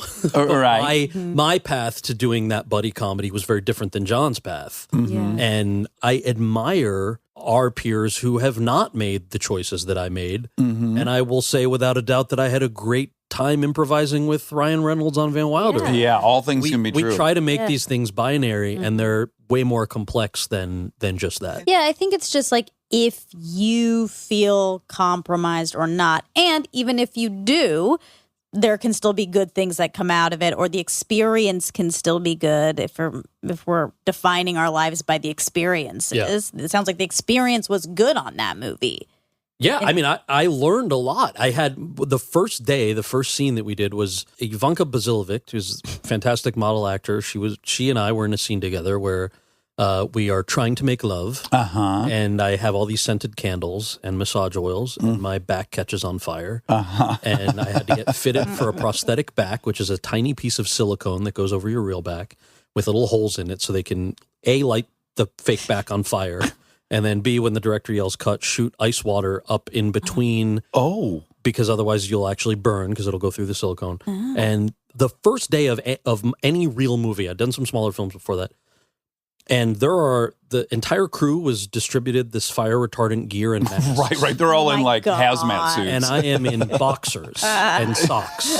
They're in hurt lockers and you're in underwear. Literally. Yes, And I've had that there are, moment. Fire extinguishers nearby and fire blankets. And then I look at Ivanka, who has nothing on Yeah. at all. Right. And I'm like, it's my first day on a set. And we do the scene a couple times. They light my back on fire. It's a full body burn, which, by the way, I found out later you just don't do with non-stunt people. Right. Yeah. But Andrew and Walt wanted a wide shot. Oh, boy. CGI was very expensive Sure. in 2002. So why don't we just light this new actor on fire? Yeah. And he's going to run around. If something goes sideways, we got a guy in brown face at the That's crafty right. table. So, at the end of the day, I asked Walt, I said, hey, either Walt or Andrew, I can't remember. I was like, hey, man, can I just ask you something? This is such an intimate scene. It's a stunt. None of us know each other. You know that it's my first day on like a movie. This is also crazy. Why did we shoot this the first day? It was Andrew, I think. And he goes, well, I mean, if I lose an actor, I don't want to have to reshoot the whole movie, right? Oh my Like, oh my God, welcome to Hollywood, kid. And I The cold, hard appreciated- reality of making a movie. I so appreciated his candor. The identity thing I wanted to say was, so for me, it was a bit of the opposite, where I always thought it was weird that other people were trying to suggest that I either was or wasn't Indian enough for them. So I'm bilingual. I grew up speaking English as my first language, but Gujarati as well. One of my grandparents, my dad's mom, didn't speak English. So learned primarily to communicate with her. And then I did some study abroad stuff or nonprofit work in rural India in high school and became fluent in Gujarati. So I remember my peers at UCLA, South Asian peers, who would look at me, and I remember these two shitty kids on my dorm floor who would go out of their way, Indian kids who would go out of their way to say, you're such a sellout, man. Like, how are you Like not an a Uncle science Tom. major? Yes. Yeah. And I understand from our parents' generation, you're an immigrant, you've sacrificed everything to come to America. You only know careers like medicine and engineering because they quite literally were your ticket to come to a new country and have a different life for your children. I understand that pressure. Why you want to tell your kids to go into careers you know. I do not understand our generation replicating a bullshit cultural attachment to a profession. Yeah. And so for a very long time in college, I was weirded out for the opposite reason, where I was very confident in who I am or who I was. Yeah. I'm bilingual. I know all of the stuff that I know. Who is you to say that I'm not this? Yeah. Right. Because I'm also trying to be an actor. And I developed such a chip on my shoulder for these kids at UCLA, these brown kids at UCLA, that I went out of my way to not talk to them. Yeah. So it was, I think it sounds like the same result. That's right. That's right. But with a very different path of Yes. getting there. Oh, I'm sure I Yeah. would have received that but I just was avoiding them. Yeah. But Well, you now were. as an adult, and recognizing probably the pressure that their parents had put on them, probably now from this perspective, you can go, oh, they were probably quite envious of your conviction and your willingness to break out of what they felt like was expected of them. I would love to know. I don't know that that's the answer. Yeah. I don't know. There's just straight up tribalism too. Like there's all these things, and then there's just hardcore, we're primates, there's tribalism, and they got closer by making you a sellout. It's all so... Yeah. I know from some of my parents' friends who had questioned things back in the day that they've since said it was not that we were ashamed, that was the wrong expression. It was that we were scared. Scared, Yeah. right. And scared for you, and you don't move to America for your child to be an actor. And so I get all of that, but I still don't know the answer to like the peers version. Right. And I hope you're right, Dax. I hope that was the bit of it that went in. I triggered a lot of people in high school, and I forever thought they were dicks. And I now recognize, like, I was a man who wore ponytails and hair bands, and I wore goofy overalls, and, like, I was annoying. But underneath that I was annoying was like, why does this kid get to live out loud like this? Like, you know, I'm sure some of it was just like, why am I playing by all these rules and he's not? So now I'm mad at him. Yeah. I just thought they were dicks, but now I recognize they might have been envious of my perceived confidence to do that kind of stuff. There was something I was going to tell you about the characters in my new show that was Yes, related to Because I names. said the name Michelle. Oh, right. So you wanted to play Michelle. So I am not taking a side on this. I think Okay. it's fascinating and totally valid on all sides. But I remember when I got the job on House playing Dr. Lawrence Kuttner, there was some chatter from the brown folk. Why do you have to play a guy named Lawrence Kuttner? Why can't he be a guy named Samir or something? Wow, you can't. You kind of can't win. Like, it's super bad to play Taj Mahal, as we would all agree. Yes. And then if you play Mike Johnson, that's bad too. I am in no way implying that I know what it's like to go through what either of you have gone through, but my breakout roles were on playing White Trash. I was playing the cartoon version of White Trash quite often. I, too, am like taking that low-hanging fruit of whatever that stereotype is, too, about white trash. But what I was going to say is different is that I have no ethical dilemma about it. At no point am I thinking I'm representing white people. And that's just a freedom I had that you don't. And that is part of the unfairness. Well, I think that also comes from there being different interpretations of whiteness, right? We see a variety of characters such that that character is included. I think, unfortunately, Southern white folks are very rarely depicted in multidimensional ways on TV. No. They're always dummies. They're fucking their sister. And that's a problem. I think on the macro level, if you look at same thing with like women or performers of color. Take the brown folks example. It's like you can count the times you're allowed to be on screen historically, which is different because you don't have the full breadth of characters, right? Of which many are included in all sorts of spaces. Yeah. So I feel like that's always been the difference. Is that's like the baggage that people assign. So when they were like, "Why do you have to play Lawrence Kuttner?" I remember in the writers' room that they for one of the drafts had changed it to an Indian name. And I was the one who protested and said, I earned the part of a guy that you wrote to be a Jewish sports medicine doctor named Lawrence Kuttner. Right. And that's who I want to play. And I'm not trying to equate these two, but I was remembering my high school acting teacher and Shakespeare. And it's like, you don't change Romeo if you're playing Romeo. You can just play Romeo. Right. Yeah. And then you play a character who does have an Indian name.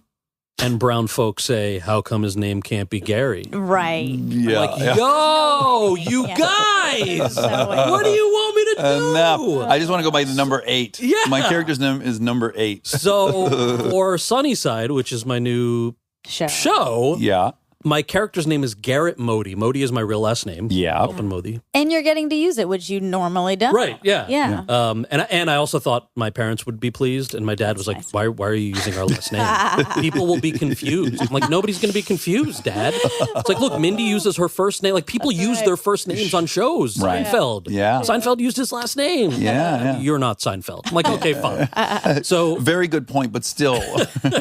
So the reason I named him Garrett, and I think we're probably going to find this out in like the last episode of the first season, the backstory is that when his sister's name is Mallory, you find out that when his parents moved to America, they loved watching television and they loved the facts of life. And they thought that Mrs. Garrett was such a hardworking woman. And as an immigrant, they're like, this Mrs. Garrett is the reason we watch the facts of life. Then they started watching Different Strokes, and Mrs. Garrett is also on Different Strokes. And they were like, mind blown. This woman is the hardest working American. Yes. Our firstborn son has to be named. She's cleaning half of America's house. Yes. And then Mallory, because of family ties that shortly followed, because Mallory was also very studious and hardworking. And very type A. So I wanted to, like, I mean, now I'm talking about it, so not quite so quiet, but like I wanted to do a quiet hat tip to that conversation that has no right answer. Well, I bet by giving them both, everyone will be mad.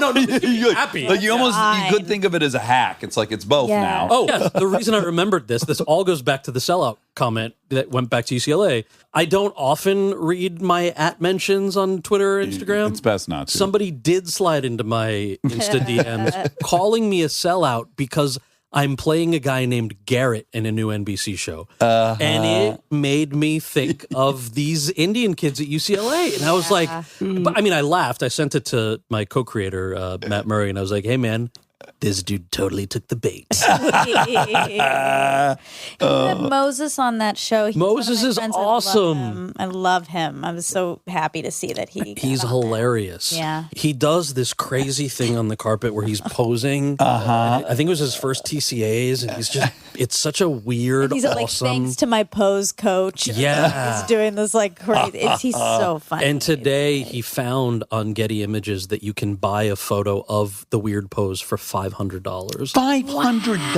$500, and I hope somebody buys Oh, it. I'm going to buy it. Yeah. I'm going to do it. You should buy Own it. the rights. What network is that show NBC. on? NBC. Yeah. Okay. That's Mike's Yeah, it's producing Mike's- that. Oh, that's right. So Mike Schur is involved with your Yeah. show. What is the premise of it? Premise is I play a guy named Garrett Modi, a disgraced New York City councilman who is kicked out of city council because he is wasted and tries to bribe a cop, pukes on a cop car in the BQE, New York City, and realizes as he gets kicked out of office that he has no other job skills. He was the youngest ever elected New York City councilman, doesn't know what to do, puts an ad on Airbnb experiences.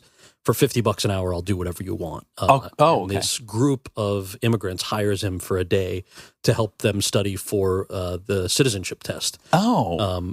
Obviously, they know way more about what it means to be American in the citizenship test than he does. Because Well, the Citizens Test, I've seen it. Hard. 98% of born Americans I can't wouldn't pass know. this test. In real life, I don't know very much about. Yeah. But so essentially, it's a group of friends, right? It's like the shows I grew up loving and watching, like Fresh Prince and Seinfeld and Friends and Head of the Class back in the day. Right. We're going for like that kind of a vibe. So it's about a group of friends with that being the backdrop. And since we're open and honest on this show, I will say that I auditioned for it. Yes. Oh, and you for were fantastic. Sunnyside. Thank you. Oh, you remember? Yes. Oh, that's she got great. to the very end.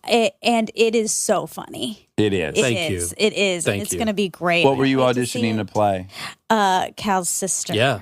Ah, okay. I can see that. Yeah. The Mallory, the Family Ties The Mallory. Mallory, yeah. Yeah. So, what's funny is about the whole accent thing. Monica is expressly will never do the accent. She claims she can't do the accent. I'm like, well, you could learn the accent. Yeah, but you'll do it for money. I could No. learn it. I could learn it. You could learn it, yeah. But the real, the Sophie's Choice really happened for her, which was Mindy was doing a show and accent required. It's Yeah. about people that are newly This- emigrated. yeah. Yeah. And so I said to Monica, I'm like, there's God is fucking with you right now. It's like, it's the most tempting opportunity. And she goes, well, it's not even a thing because I don't know. And I'm like, I can teach you. I know it from without a paddle. If I went to Dax to learn the accent. Yeah. Is that a double? A double? my Stockholm gosh. syndrome. Well, somebody would find it and be like, she sounds exactly like Dax from Without a Paddle. So It's like weird. she has an Indian accent and a Michigan accent. Yeah, yes. She's It's saying, interesting. but it's called Sunnyside, and it's on what day on NBC? Thursday nights at 9:30. But I do just want to say, you can't leave here without just saying that, kind of at the height of your superpowers, you're midway through doing the franchise of Harold and Kumar, and you're on House, which, by the way, is the only medical show I ever loved. That was a show I watched. I loved you. it. You're great on the show. Thank you. And then you bounce. Yeah. You go to work at the White House.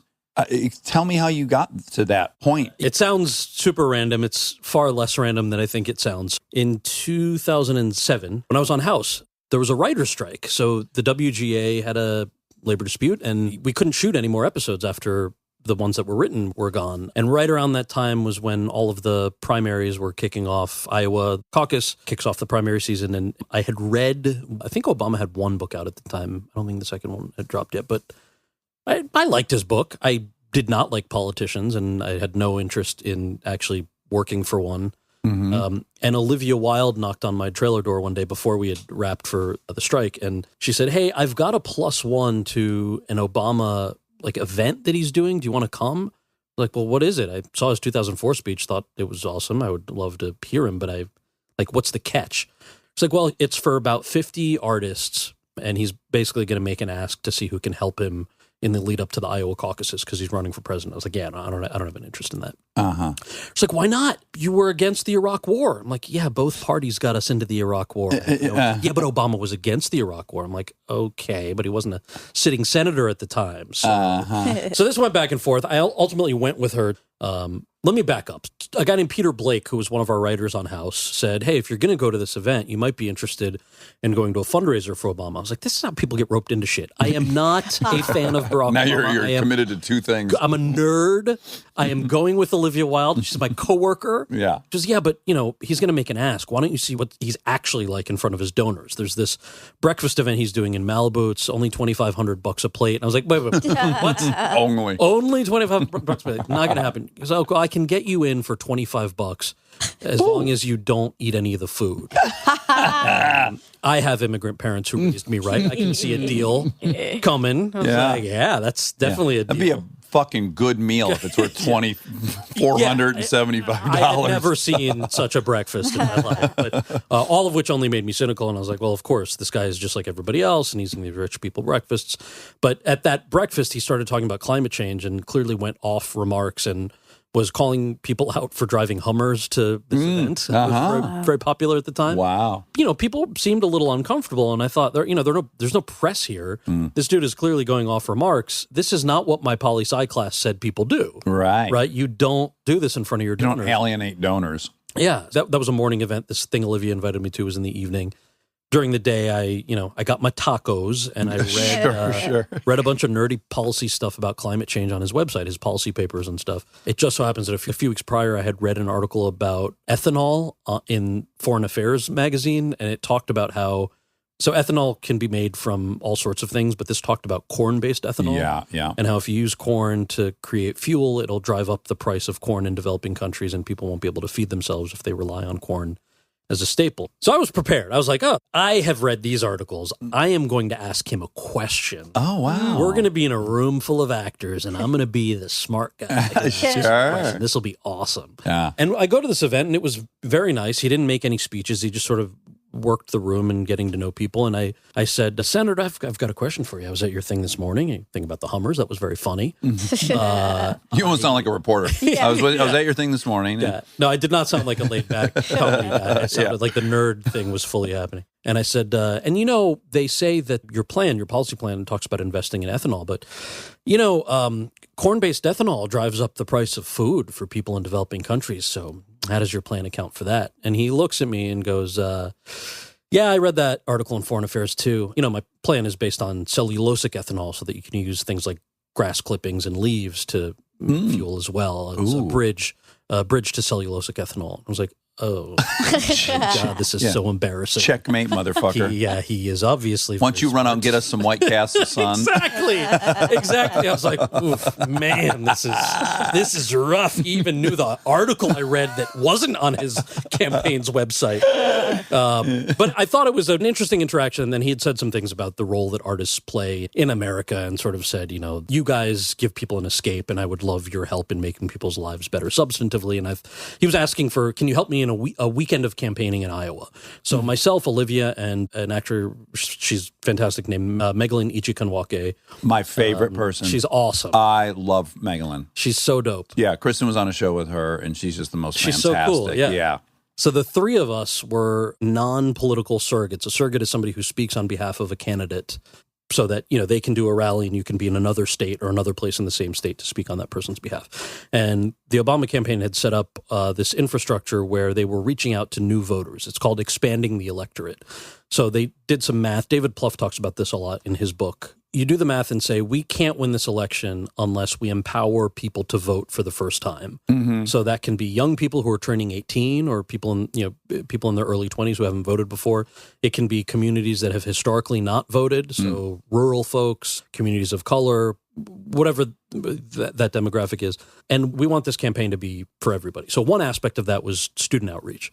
So the three of us went on this winter Iowa tour to a bunch of college campuses for 3 days. Mm-hmm. And I totally fell in love with these people on the campaign. It was people who were a little younger than I was at the time, sleeping on couches or in campaign offices, working essentially 24/7 because they really believed in our ability to change the country for the better. And this was a guy who I know I'm sort of preaching the Kool-Aid here, but at the time, and still on both campaigns, Obama wasn't taking federal lobbyist money. He had been against the Iraq War. There was a whole bunch of stuff that now we look back on and think, well, this is how it should always be. But it wasn't always that way. And of course, now you look at our politics and realize it's not that way again. Yeah. But this was like a little sliver of time where I thought this is very cool. And you have to remember that was when most people couldn't pronounce his name. Yeah. So if you wanted to work at the White House, or if you wanted, They couldn't say Barry? they couldn't say Barry. Obama?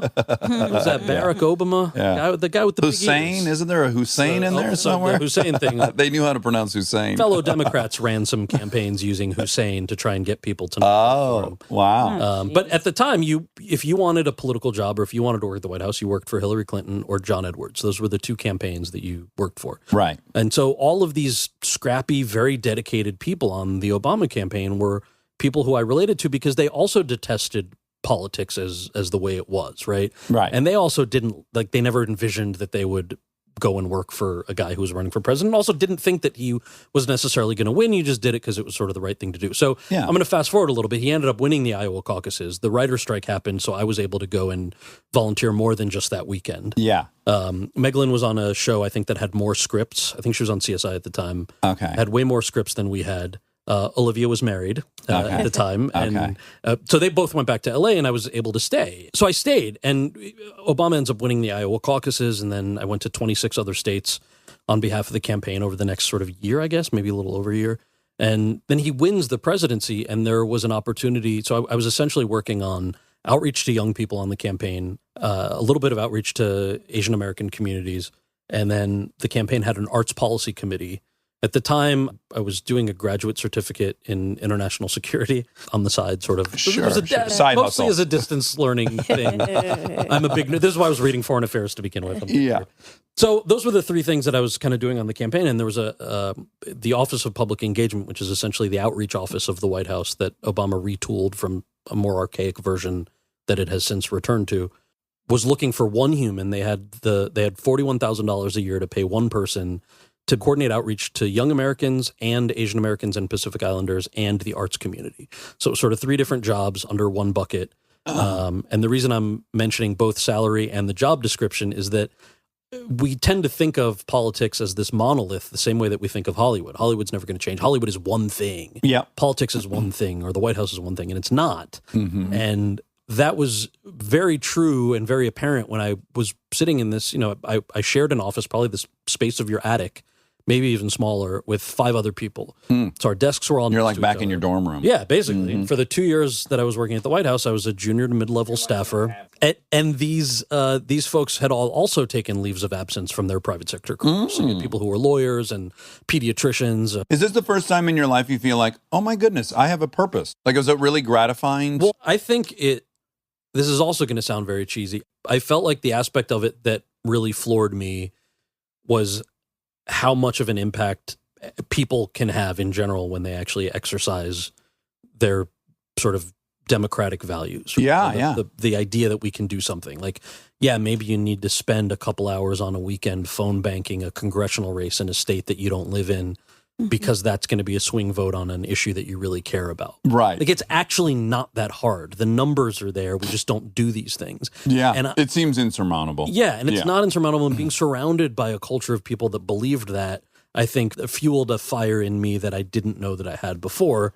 That remains this very, you can call it idealism or you can sort of roll your eyes and be like, oh, that's that hopey changey shit from back in the day. Yeah. But it's true that the numbers that are there and the issues that we care about, if we all sit there and just send really incendiary tweets, which, by the way, feel fantastic. Sure, yeah. But So it it feels doesn't- like a slam dunk. Yeah, it doesn't actually move the needle. We have 3 branches of government that move slowly on purpose. Yep.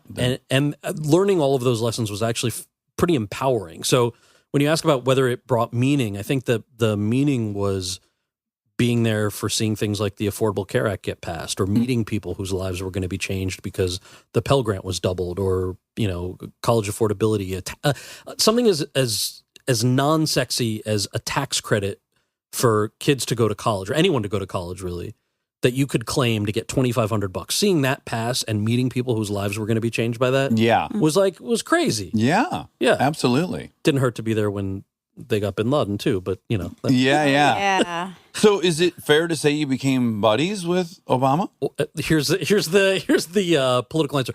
Yes. Look, the friends that you make on an early campaign. I'm very lucky to consider them as friends. Valerie Jarrett, who's my boss, she and Tina Chen, who I reported to at the White House. You know, you think of like, okay, that's the president's senior advisor for all 8 years.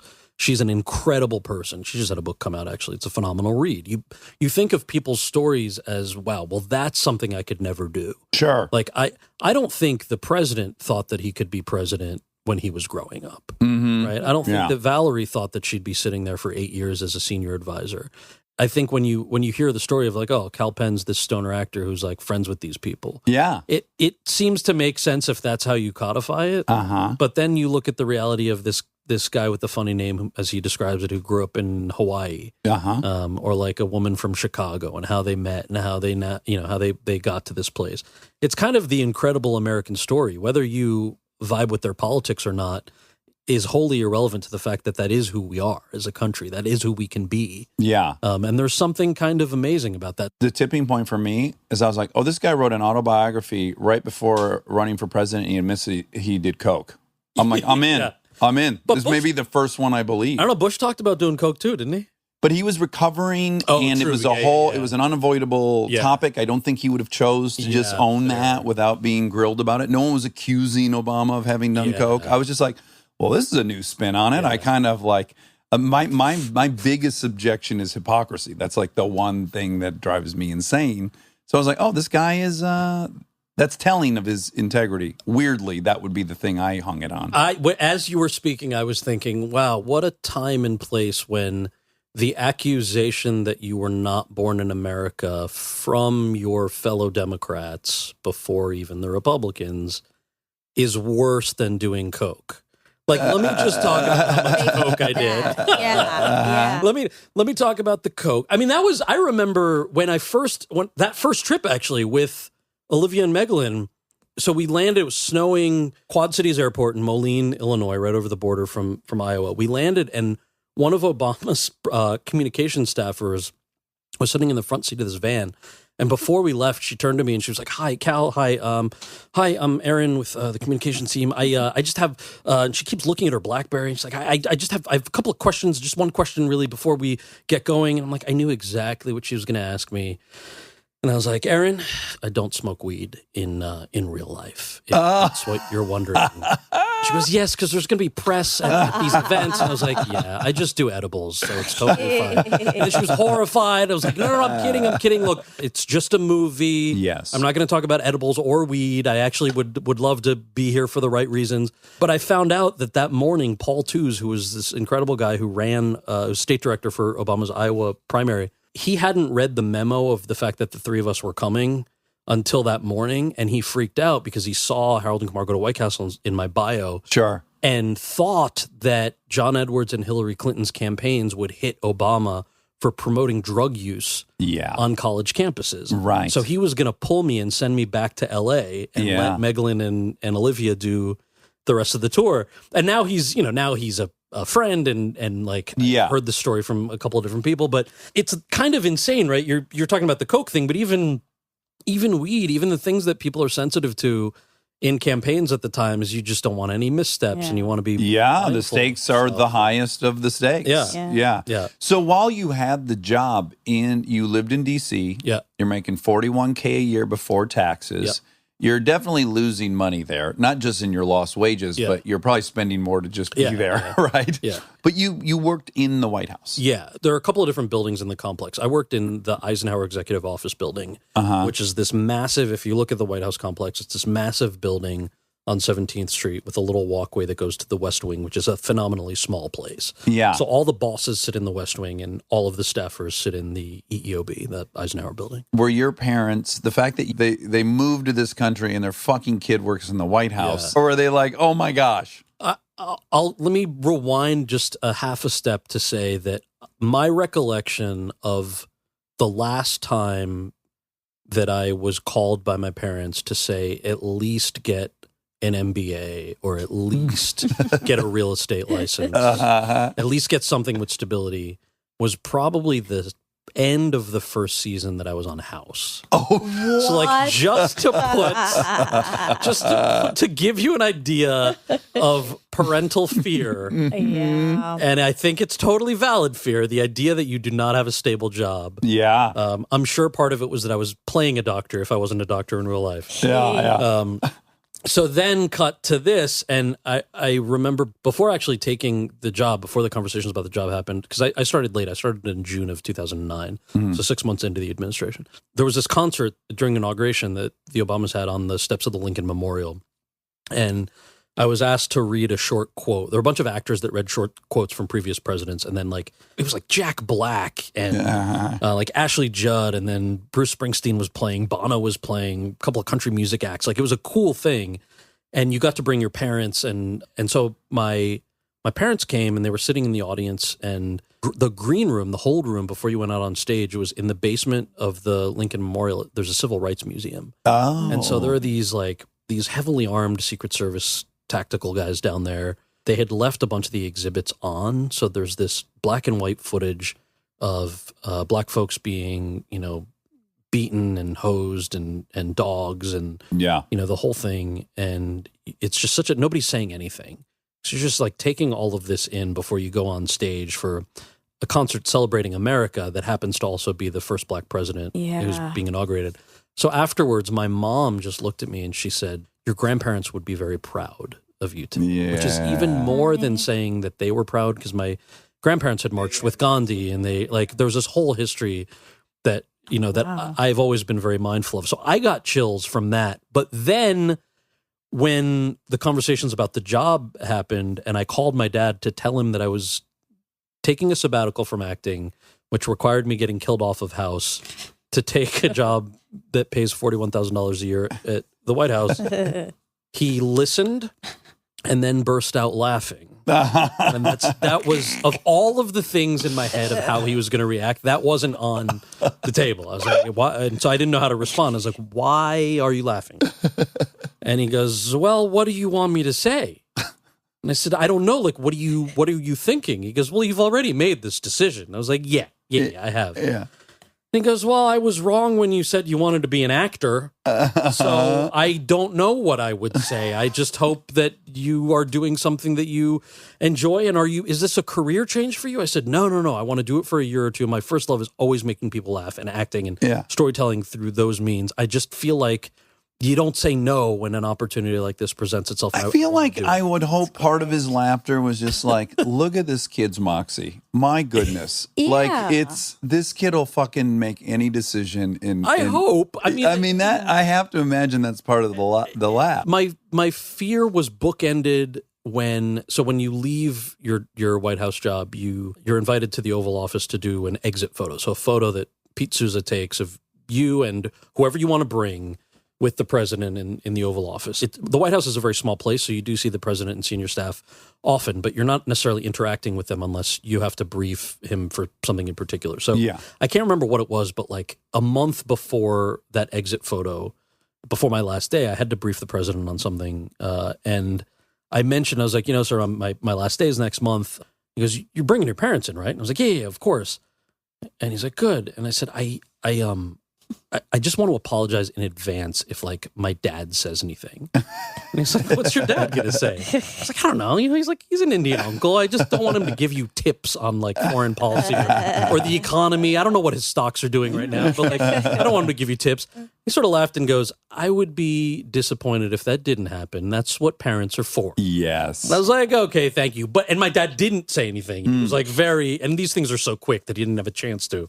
Yeah. But in the back of my head, I'm like, he laughed at me when I took the job. Is he bottling up this whole thing just to be able to say? Is he going to throw a pie in Obama's face? Because, any parent, but especially Indian uncles debating politics. Look at Hassan's show. He's got clips of like, uncles and aunties advising him on stuff. When he decided to talk about Indian politics, like, you cannot do this. That is so real. So I was like, maybe this is going to happen. And so it was fine. But it was a very special time. I really enjoyed it. Yeah, what a special detour you took. Yeah. I'm really envious and happy for you that you had the confidence to do that. Because Thank you. Yeah. I think most of us actors operate under the assumption that like it's all been a bad mix-up, and they're going to knock on our door and say, "Well, we just realized you should not be doing this." I think all of us are very insecure as actors. It's sort of who we are. Yeah. But no, man, I really think that the big takeaway from me was that my story, I understand, got a lot of attention because I was in the public eye and I was on a TV show, and that was my leave of absence. You're kind of the Pat Tillman of acting. Do you remember Pat Tillman? He played for the Cardinals. Yeah. He was just re-upping his contract. He was on fire. He quit and joined the Army. And you're like, oh, who does that? Yeah. But there are thousands of people who do that. And they were the people I worked alongside, and in jobs that you'll never hear about because they didn't leave TV shows. They left doctors' offices and law firms and think tanks, and they were teachers. I mean, that's sort of the most beautiful thing is I totally get why the story is like, oh, he left a TV show to go work at the White House. Yeah. But it is truly scores and scores of people do this. And it's a testament to like what's possible, I think, in America. Yeah, the kind of better angels of our nature. Yeah. Was it hard to get out of that contract? Or were they totally understanding? Oh, so... Because they probably had you for 7 years of options, right? Time. So I called my my manager is still the same guy. I had a different agent at the time who was not Barbara, and I called the agent and I said, I told her what was happening. I had shared it with my manager, and I said, can you talk to them and see how they feel about sort of like getting out of the contract? I feel really weird even asking this, but it means a lot. And she called back and said, absolutely no. Like, everybody said this is, you will not be let out of your contract. Right. So I sat on that for a couple of days, and then I thought, like, how do you tell the White House that, like, you're playing a fake doctor and so you can't serve your country? Right. Like, this feels so lame. I don't feel like I've done everything I can do. But what about, like, maybe just the idea of talking to my boss directly. So I went to David Shore's office and I made an appointment with him, and I said, David, I know that, I know the answer is no. I just had to sit down and meet with you and say, I love the show. I have an opportunity to serve our country, and I just would love for you to reconsider. And he goes, well, this is the first I'm hearing of that. He hadn't even been. Yeah. So I don't fully know whether it was the 10%er, the agent not even asking because they don't want to lose that income because they get 10% of your salary. Sure. Or if they had asked someone at the studio or someone who. Or they just, the lawyer calls the business affairs guy and they go, no, this is a fucking contract, tough titties. Yeah. So David was like, are you unhappy on the show? That's my number one concern. I was like, no, man, are you kidding? I finally have a series regular gig on TV. Yes. Like, I love it. I love these people. I love your writers. He said, okay, then I bet people are telling you you're crazy. And I said, yeah. He told me some variant of, if I'm remembering this correctly, he was a lawyer in Toronto, and people told him he was crazy because he said he wanted to be a screenwriter. And then he finally just packed up and moved to LA and became a screenwriter. Right. And so he's like, who am I to tell you that this is crazy? If you want to do it, you have my blessing. I just need some time to figure out how it's going to go down. And what a wonderful. No. Kal Penn. Close, Culpin. Yeah. Culpin. Yeah. Culpin. Yeah. It's been such a pleasure talking to you. Likewise. Yeah, I can't believe how many ways we intersected and yet have not sat down and had a conversation. I mean, that Barbara Cameron thing is just... That's crazy. The UCLA 2000 was already, I was like, this is nuts. And now Barbara, and I got a hunch it doesn't end there. But the Barbara, I mean, for the listener, really, there are hundreds and hundreds and hundreds of agents. I was submitting thousands of headshots for years, 2.5 years at least, before she was the only one who called me and brought me in and was so sweet. And that's... Yeah, but mostly Laura. We agree. Mostly our that's point. where we have to... Look, I thought I was going in there to do porn, so that's just... It was a nice turn of events our for me. point person, Laura. Well, so awesome having you. Yeah, likewise. Amazing thank you. story, Nice to see and you we again. appreciate you indulging us. Thank you. All right, be good. And now my favorite part of the show, the fact check with my soulmate, Monica Padman.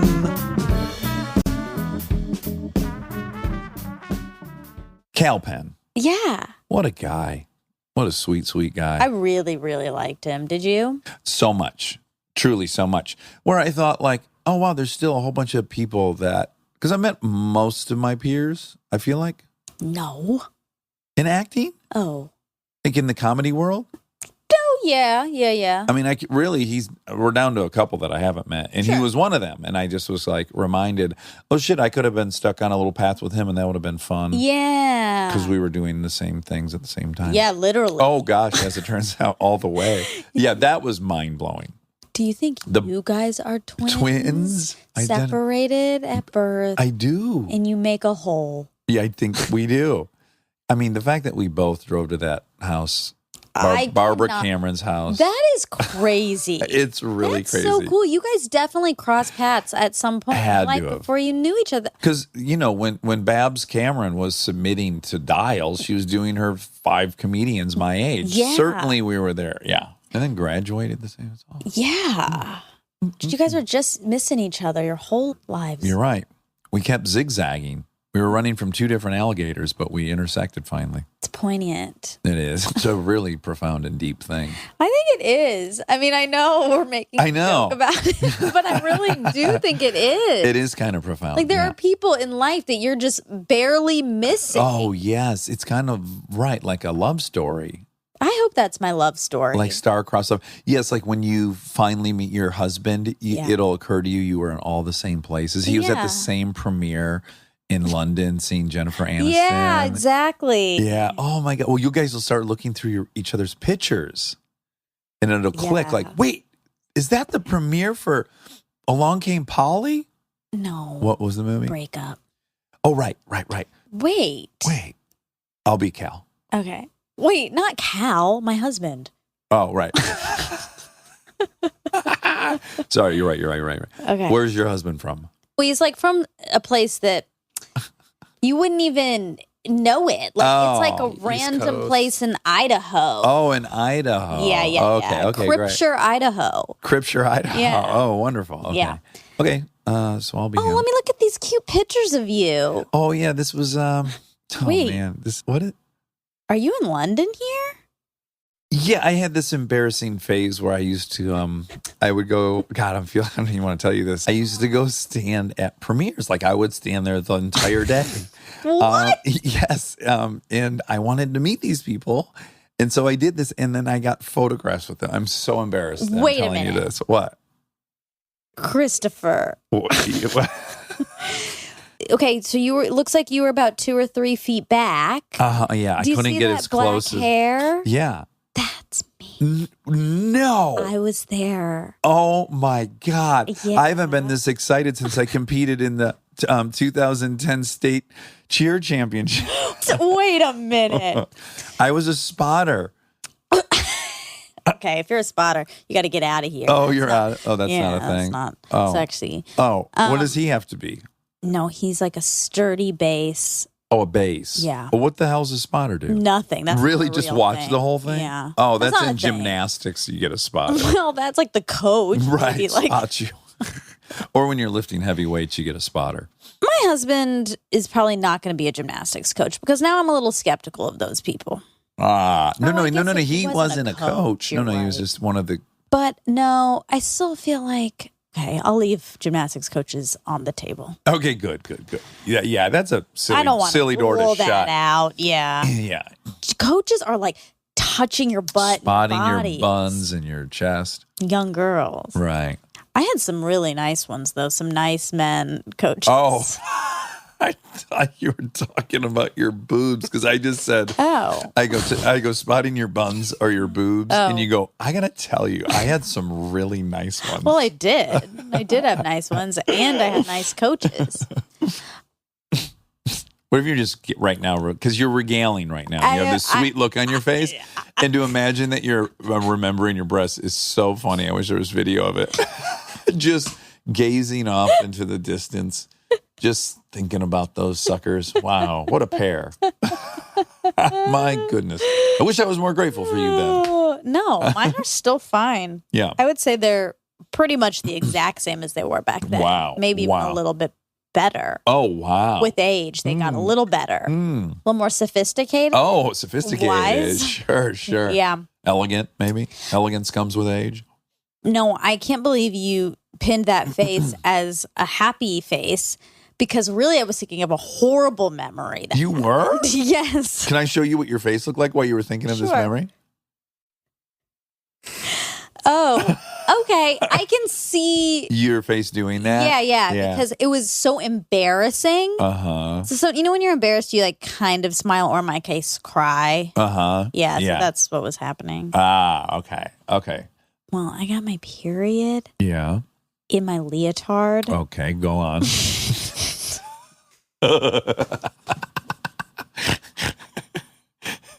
That's the whole story, basically. Oh, okay. I just got my period in my leotard. Oh, it was that's- a white leotard. You could see it. Did someone else point it out to you, or did you discover it? No, I discovered it later. Okay, At after home. practice. Yeah, at home. Okay. And then all I could think about was that my coach, of course, noticed.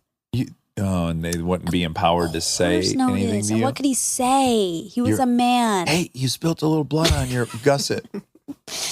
On your banana grundle. There's a little crimson. You spilled blood. Anyway, I felt horrible for him. For the coach? Yes. Oh, wow. That's what a benevolent memory. Because there's no like sadness of your embarrassment. I It was goes straight to your sadness for the coach. It was more embarrassed. I was embarrassed because I knew that he had to then. Ignore it. Yes. Uh-huh. Oh, boy. Could cry right now. Oh, man. Yeah. What a time to get your period. I was new to my period at that time. Go on. So I didn't, You weren't it was popping out. It was Sure. popping off. They're a bit irregular, though, no, at the beginning? Or do they immediately Yeah. start on a good schedule? I think they are. Don't some gals get their period and then they don't get one for 4 months? Yeah, And then, that's true. And you just don't know about time. Like you're not like thinking about it the same way. Days and weeks. And, Yeah, you're not on birth control, so Right. can't really. Yeah. Anyhow, so Kal Penn. Culpin is his name. Speaking of that, like how to pronounce his name and stuff. We were talking about where did the word advertisement start? Because you said advertisement or advertisement. It's actually Old French and then late Middle English took it from there. Okay. So Old French, But then Old English before American. Middle English. Yeah. Yeah. So I guess advertisement is probably actually It's like the word. Neanderthal. Yeah. Yeah. I guess most of the words, if we're really thinking about it, of course, are Yeah. English because Except for scientific and biologic contributions from the scientists in this country. Short of that, Yeah. there's no words being, except for common, thirsty and shit. right, like zeitgeist words. Zeitgeist, yeah. Like- Colloquials. Do you think zeitgeist is a word from I think England? that sounds Germanic. Oh, it does, yeah. Yeah. Okay. I bet it's a straight German word now. Zeitgeist is in the zeitgeist. It is. Well, totally. Yeah. No one said zeitgeist 15 years ago. It got real hot, I think, about 10 years ago. Mm-hmm. Yeah. That reminds me of a Sam Harris episode when they were talking about the word fractal had gotten really big in the 80s. Do you remember that? Oh, well, no, I was just a tiny baby. Well, no, do you remember that episode? Oh, no. It was the guy talking about scaling. Oh, you love that Most episode. interesting episode I've ever heard about how you can scale up almost anything. You can apply it to cities. You can apply it ultimately to the entire earth. But but if you look under a microscope at a tree, a sliver of a tree cell, you'll see that it is almost exactly what the tree itself looks like from the outside grown up. And that's the fractal nature, that the inside is exactly like the outside, basically. But for some reason, that term fractal Really? was super popular in the 80s. People didn't really even know What it it meant. meant. They're just saying it. Yeah. Oh, and like literally. Think how many people said literally that don't really know what the word literally means. So people were using fractal like they were using literal. I believe so. What? Yeah. Because when they brought it up, I did remember in the mid 80s it being on TV shows and stuff, like Law and Order type things. Use it in a sentence that like not a scientist would say. Well, that's what's weird is I don't know if I can form. Yeah, like how are people using it? Like, oh, Totally you're so fractal. Totally fractal. Fuck, I don't know. I'm going to do some supplemental research. All right. Are you keeping track of any of this research I've committed to do, Rob? So much research. What was I doing? Lights went out in Chicago. Yeah, I think there were others, but okay. So you said when you were at UCLA, it was 42% Asian, 39% Caucasian. Caucasoid. I could not find 1999 diversity Statistics? stats. Really? Yeah, I couldn't. That's weird because when you apply to the school and you get the little brochure, it tells you what the demographic breakdown is. But I couldn't see 99. Huh. But today, Okay, hit me with today. it's 28.6% Asian, Okay, 27% white, okay, 21.7% Hispanic, okay. 11.9 non-resident alien. Well, hold on though. 11.9 non-resident alien, Yeah. I hate to say, is Asian. Yeah. Necessarily. Oh, Why? for sure. The bulk of the international students are Asian. Okay. Like I landed in Toronto to do buddy games, and I happened to land on the day that the students come for their visas, and there were, oh my God, it took me like 4 hours to get through the thing, and there Right. were just thousands of students, and they were all from Asia.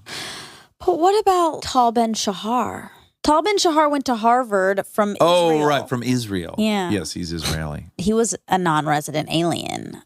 Right. So, Yeah. we So I think can't there's say they're all Asian. no. I'm just saying. I think it's the huge majority of ethnicities are on a student visa. I think are from Asia. All right. We could figure that out pretty easy. Let's Add that to the say list, Rob. 10%. Let's say 10. I'll give you 10 out of 11.9. Oh, okay, That's so a that lot. would bring that 28 number up to 38. Yeah. And then, because this was a pie. Yeah, Pie I chart. love a pie chart. Yeah. And they bring one slice of the pie up a little bit, make it 3D. Oh, sure. Yeah. I love that. There was a very small percentage African American, and a little bit tinier than that sliver percentage ethnicity unknown.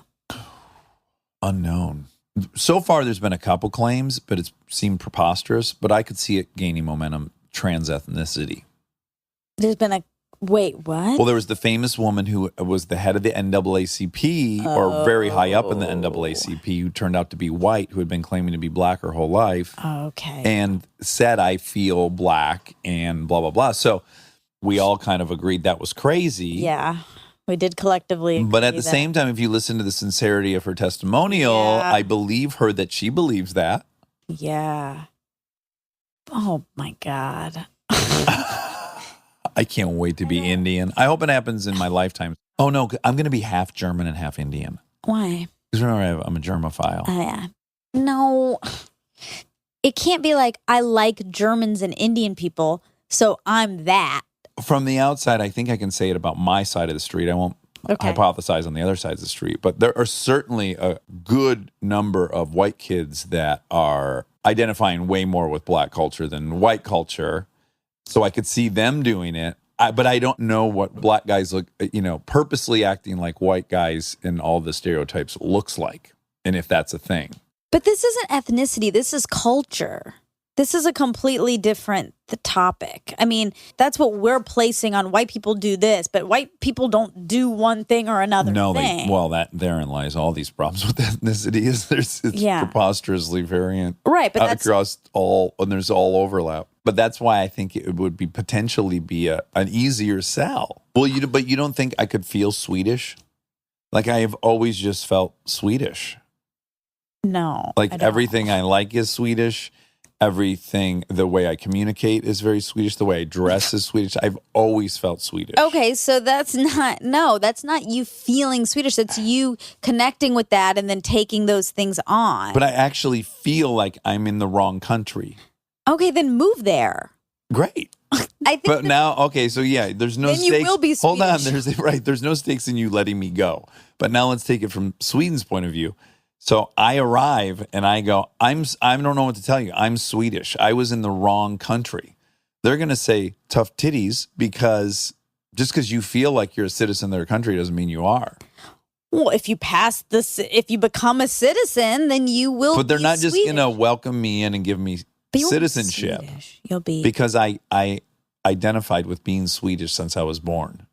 And always felt like I was in the wrong country. That's less preposterous, Monica. No, this is all crazy because I have an ethnicity that I'm not like I feel Indian. So Right. I'm a good person to talk to about this. Okay. People don't feel the ethnicity that they are if their culture is separate. Right. Well, yes, I think what you're saying is culture is much stronger than Incredibly, yeah. ethnicity. Yes, in the way we've divided it. But Your ethnicity is nothing without the culture. Right. It's one of the defining. It's the defining. It's the whole thing. Yeah. So you could say, like, if now aliens came here and they were picking ethnicities, they would probably divide it up. Let the people in Chicago share all these similarities, and they would be defined as an ethnicity. And then, it'd be regional would define the ethnicity because they have the same culture. You know what I'm saying? Yeah. To your point, like you're Indian in Georgia, so you feel white. I did, though, but not everyone did. And people who didn't probably had more of the Indian culture involved in their household. life. Yeah. But not the ethnicity. Well, it's the the ethnicity, culture. Yeah. The culture of India was more prevalent in Yes. their house or in their world or whatever. Mm-hmm. This has gotten off It the was a rails. long detour. I think it was maybe silly. Sorry if it was silly. Okay. Is Chevy Chase named after Chevy Chase Road? No. He said something about Maryland, and then that's what I found. Actor and comedian Chevy Chase was born Cornelius Crane Chase on October 8th, 1943. His grandmother nicknamed him Chevy Chase after the wealthy Maryland community. Oh. And then there's some stuff about that. Oh, I thought it was a community. completely made up name taken from. I'm dead wrong. Yeah. Okay. So remember he did that basketball commercial that he lied about?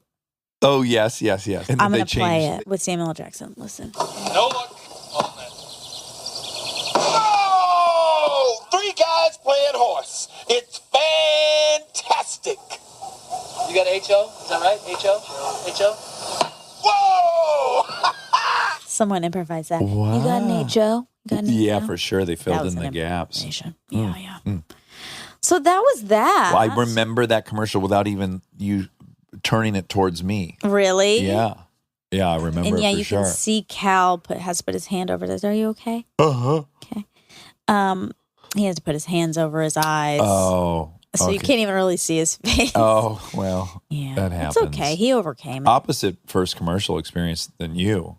You went into that mermaid scenario and they made you even more luxurious. They did, yeah. Yeah, whereas they covered his face. Yeah, and it was kind of a similar situation because I had to swim in that, and I don't like swimming, and I'm not very good at it.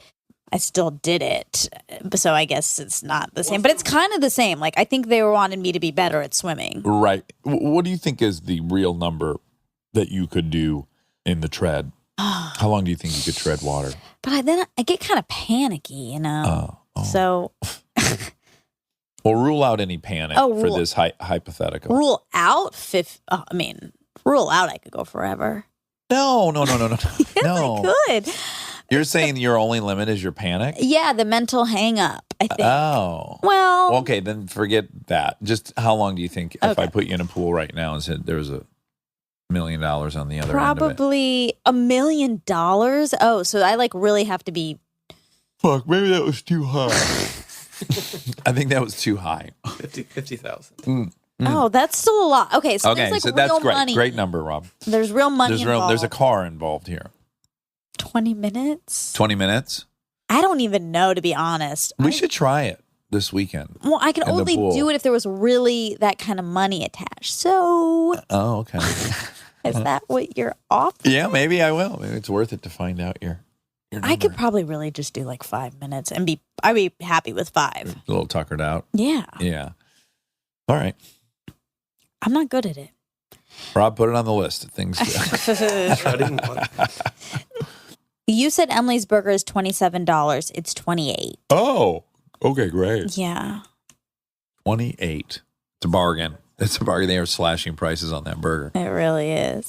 Every burger must go. Oh, I wish. My nose got really stuffed in Yeah, the last Are you okay? 5 minutes. Well, there's a lot of yawning. You were yawning a lot. Yes. I think the week has caught up with me a little bit. Okay, so he tells a sort of startling story about Nike's manufacturing and people's hands getting cut off. Oh, uh-huh. Yeah. Their current labor policy is much better, Okay. but people still, I mean, I have this long thing here, but you can't stop yawning. So I'm No, please. I'm having so much fun. No, but really, it's you wrong. can't. No, you can't. I'm so sorry. I'll cover my face. No, I don't want you to. I don't Then want you I'll to. still know you're yawning. No, you won't. Sometimes I will be. Sometimes I won't be.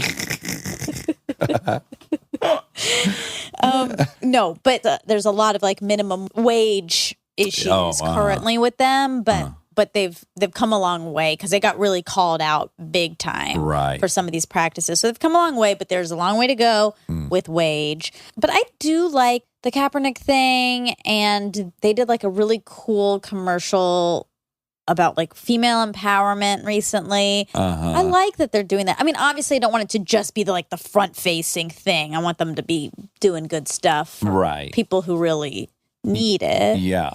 You know, I know nothing about that subject, to be honest, so I'm not taking any position. But I will say, I don't think you can totally be honest without acknowledging that people's love for a brand really explains how much fallout there'll be over it. Because just people fucking love Nikes. I know. Like, whatever they do, it's going to be a lot easier to boycott fucking Avias than Nike. Yeah. It's like if you find out Mac did something bad, generally people are like, well, I'm still buying a fucking iPhone. I know. And weirdly, that becomes some of the measure of how quickly people go down to the artists. Like Michael Jackson, that shit was on the wall for so long. true. He'd been accused in the 80s and just we loved him so much, his music, his product, that we weren't excited to boycott. Yes, I think obviously the level of sacrifice gets put into factored play. in. Yeah. Yeah. I mean, even like right now, there's like some stuff going on with the founder of Equinox. Oh, right. Yeah. And so I know a lot of people who are like, ugh. Yeah. What do we do? Because they Right. love Equinox. Yeah. Okay, well, just so real quick. So, for example, in Vietnam, where Nike has 91 finished goods factories and over 400,000 workers, the minimum wage is approximately $150 per month, basically the price of a pair of Nike Fly Knits, while the living wage is estimated at $290. Those conversations always get complex because the people that are there that want to work and want those jobs, and if we protest on our side of this ocean and make them pay a price that eventually Nike's like, well, then it's just as cheap to do it here or somewhere else. Then they lose all that. And they're like, thanks for the help. Yeah. That's where they get complicated. I think obviously they should be paid. That's not what I'm saying. I'm just saying it. Right. It still would cost astronomically more to do it here. Yeah. As opposed to paying $290. Yeah, $290. Yeah. Anyway. Okay, so he said that women have a better sense of smell. Oh. And I was like, yes, that's right. You've always felt that way. I've always felt that way. You said that might explain why men fart more. Oh, okay. Which may or may not maybe. be. Who I can't knows? find evidence of that. Probably a lot of layers to that. Still think that's male arrogance, but Yeah, male arrogance. Boys will be boys. Maybe we do produce more farts, though. Is that possible? Would you feel a little less angry at us if you knew that we biologically were producing? So I wouldn't actually be surprised about that. Yeah, because I really believe that's the case. Because Kristen will fart as much as she wants around me and you and her friends, and her farts are 1 to 50 of mine. You mean Frequency. numbers wise? Yeah, quantity. Now the quality's there. When it happens, I'm not saying the quality is not fierce. What I'm saying is the quantity is. Well, I agree because, but no. Because when you're with your childhood best friends, who I presume you would all feel comfortable farting. I don't fart around people. You've never farted around not anyone. never, but on accident. On accident for sure. Sure. When you like jump into the air, you've probably let a couple out. Oh yeah. When you clench your whole body. Who hasn't? Yeah. You just hope that the smell stays up there. But you've never heard sky. me fart. No, unfortunately, no. And I'm trying to think. How about your parents? Do you fart in front of your parents? You must. But like, no, I don't. I don't. And it's not like I'm like. You're not fighting them off. I'm not. Oh my God. For me to not fart, I am fighting. I'm in a like full the hardest fight of my life. Okay, and to how keep many it in, times and a it's day? painful. Sometimes I have that, but it's rare. Oh, once a day I have to brutally. All last night at the concert.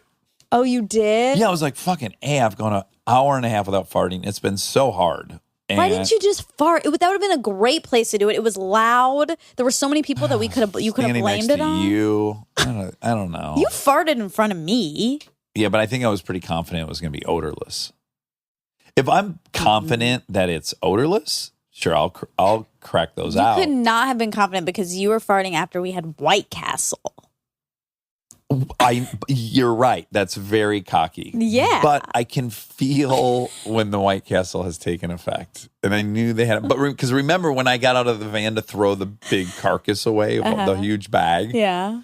Remember when I was out at the trash can, I farted. And when I got back in the van, I said, they turned. Okay, yeah, sure. Yeah. And I knew, I had let several out before that trash can because I could tell at the trash can there's a different, there was a tipping point. There's a different temperature to this. Anywho, you guys might have more farts in your body, maybe. Well, look at Produce more Ryan. gas. Ryan farts so much. So much. But I wonder if it's one of these things. This is another theory. What if the more you do it, the more you produce? Actually, I really think that's true because I do it very little and I don't have very many farts. Huh. And so I think it was like a lifetime. My body has just gotten used to not doing to reabsorbing those gases. Yes, and you have been letting farts out since day one, like nonstop. Well, I was going to go with the sibling theory, which is I have a sibling. I have 2 siblings. Yeah. My daughters who are siblings, they fart as much as I do. Those kids fart nonstop, right? And then Ryan had an older brother. But I have a sibling. Well, but 8 years younger than you. So you didn't really go through a farting together phase, did you? Your kids don't fart because of each other. They fart because of you. Because you're always talking about farts and poop and all that stuff. Boy. That's why. So they're gonna learn. I fear the hard way. I've talked about this. Yeah. I've said you mislead your children because all people let their kids fart. I mean, I think it's funny. You have to let And then they get into a class and at some grade, without any warning, they let one rip and everyone thinks they're the most disgusting person alive. And we didn't warn them about that at all. We celebrate their farts. We laugh. Well, yeah. And it's honest because your family's farts don't smell as bad as strangers' farts. Like when the girls fart, it doesn't bother me at all. Even when they're stinky. Right. It doesn't bother me. But yeah, maybe with your kid. I'm sure with your kids it's Yeah. different. Yeah. Yeah. Christians don't bother me at all. Yeah. I can extend that to you. No, thank That's what you. I'm saying. Maybe you can retrain your butt I think I'll to pass. fart. I don't like the idea of your body absorbing all this gas. Well, It seems like it should be expelled, don't you think? yeah, it does. You shouldn't just have bubbles of gas roaming around your body. Well, I think it's Yeah, you must my have a different superpower. biome. You're just I not, do have a good biome. Yeah, you really do. That we think. Good biome. Great biome. Okay, anyway, so there was a study about this. The team calculated the number of cells in the olfactory bulbs of these individuals. On average, women had 43% more cells in this brain region, the olfactory section, than the men. When they included only neurons in the count, that is leaving out other cells like glial or structural cells, the figure went up to nearly 50%. The authors acknowledge that just finding this difference is not enough to prove that women have a superior sense of smell. It's not even enough to explain the findings of previous studies about differences in ability to differentiate, identify, and remember scents and odors. However, this professor suggests, quote, generally speaking, larger brains with larger numbers of neurons correlate with the functional complexity provided by these brains. Thus, it makes sense to think that more neurons in the female olfactory bulbs would provide women with higher olfactory sensitivity. This is so easy to launch an evolutionary theory on, Okay. which is a woman 150,000 years ago has a baby. She's out gathering, right? She's sniffing around for fucking fruit and veggies, and if you that's a sense you have that's heightened, you're going to bring in more food for your family. You're going to pass those genes on. Totally. Bingo, bango, bongo. Well, that's a real thing for women when they are nursing. Their sense of smell and pregnant I think maybe nursing only. I don't know. Pregnancy, nursing, one of those both. I don't know. But their sense of smell gets really good because of like being able to sniff out like poison. Ah, wow. Yeah. Right. Interesting, I right? dig it. So, okay, what year did my dad come here? You said you thought mid-'80s. And I said, no, I don't think so. And I really should have been more confident about that because I was born in 1987. And he'd Right. definitely been here way longer than 2 years. Right. He came in 1979. Oh, wow. Okay. So I was 4 years old. Okay, so he talks a little about the Asian Exclusion Act that prevented Asians from coming here. And then in the mid-'60s, it was repealed. That was the Immigration Act of 1924, or the Johnson-Reed Act, including the Asian Exclusion Act in that. It was a United States federal law that prevented immigration from Asia. Yeah, and then it was reversed. The Immigration and Nationality Act of 1965, also known as the Hart-Celler Act, signed into law by Lyndon B. Johnson. LBJ. Took away that policy. Oh. Yeah. Okay, so he said he named his character Garrett because his parents in the show, his parents liked the facts of life, and then The Garretts. yes, which is funny because that's like a fictional part of his story, but that's like Mindy's kind of real story. Oh, really? Yeah, because her real name's Vera. Okay. It's Vera Mindy. Mindy's Okay. her middle name, and From Mork and Mindy? Yeah. Oh, wow. Yeah. Oh, that's really cute. I know, isn't it? Yeah, like if I moved to India, as I will, Yeah. and I fell in love with this cute TV show, and there was this young, cute girl on it, and I Yeah. took her name and gave it to my Caucasoid. Yeah, That'd be cute. it would be. That is all. That's all? Yeah. All right. Well, let's have a really fun week, okay? Okay. Because it's your birthday month. Oh, wow. Yeah. I wish I knew that at the beginning of the month. It is the end of No. the month It starts now. on your birthday, and then you get a Oh. month. That can't be. Yes, because- that's how it is. Really? Yeah, that's how we do it. But there are so many birthdays happening after mine, like Jess's birthday and your sobriety birthday. Mm-hmm. Those are next in a couple weeks. Yeah. So those then take precedent. I got you a present over the last couple days. I told you not to do that. Well, tough titties. Okay. 'Cause I did. Okay. Thanks. You're welcome. I love you. Love you.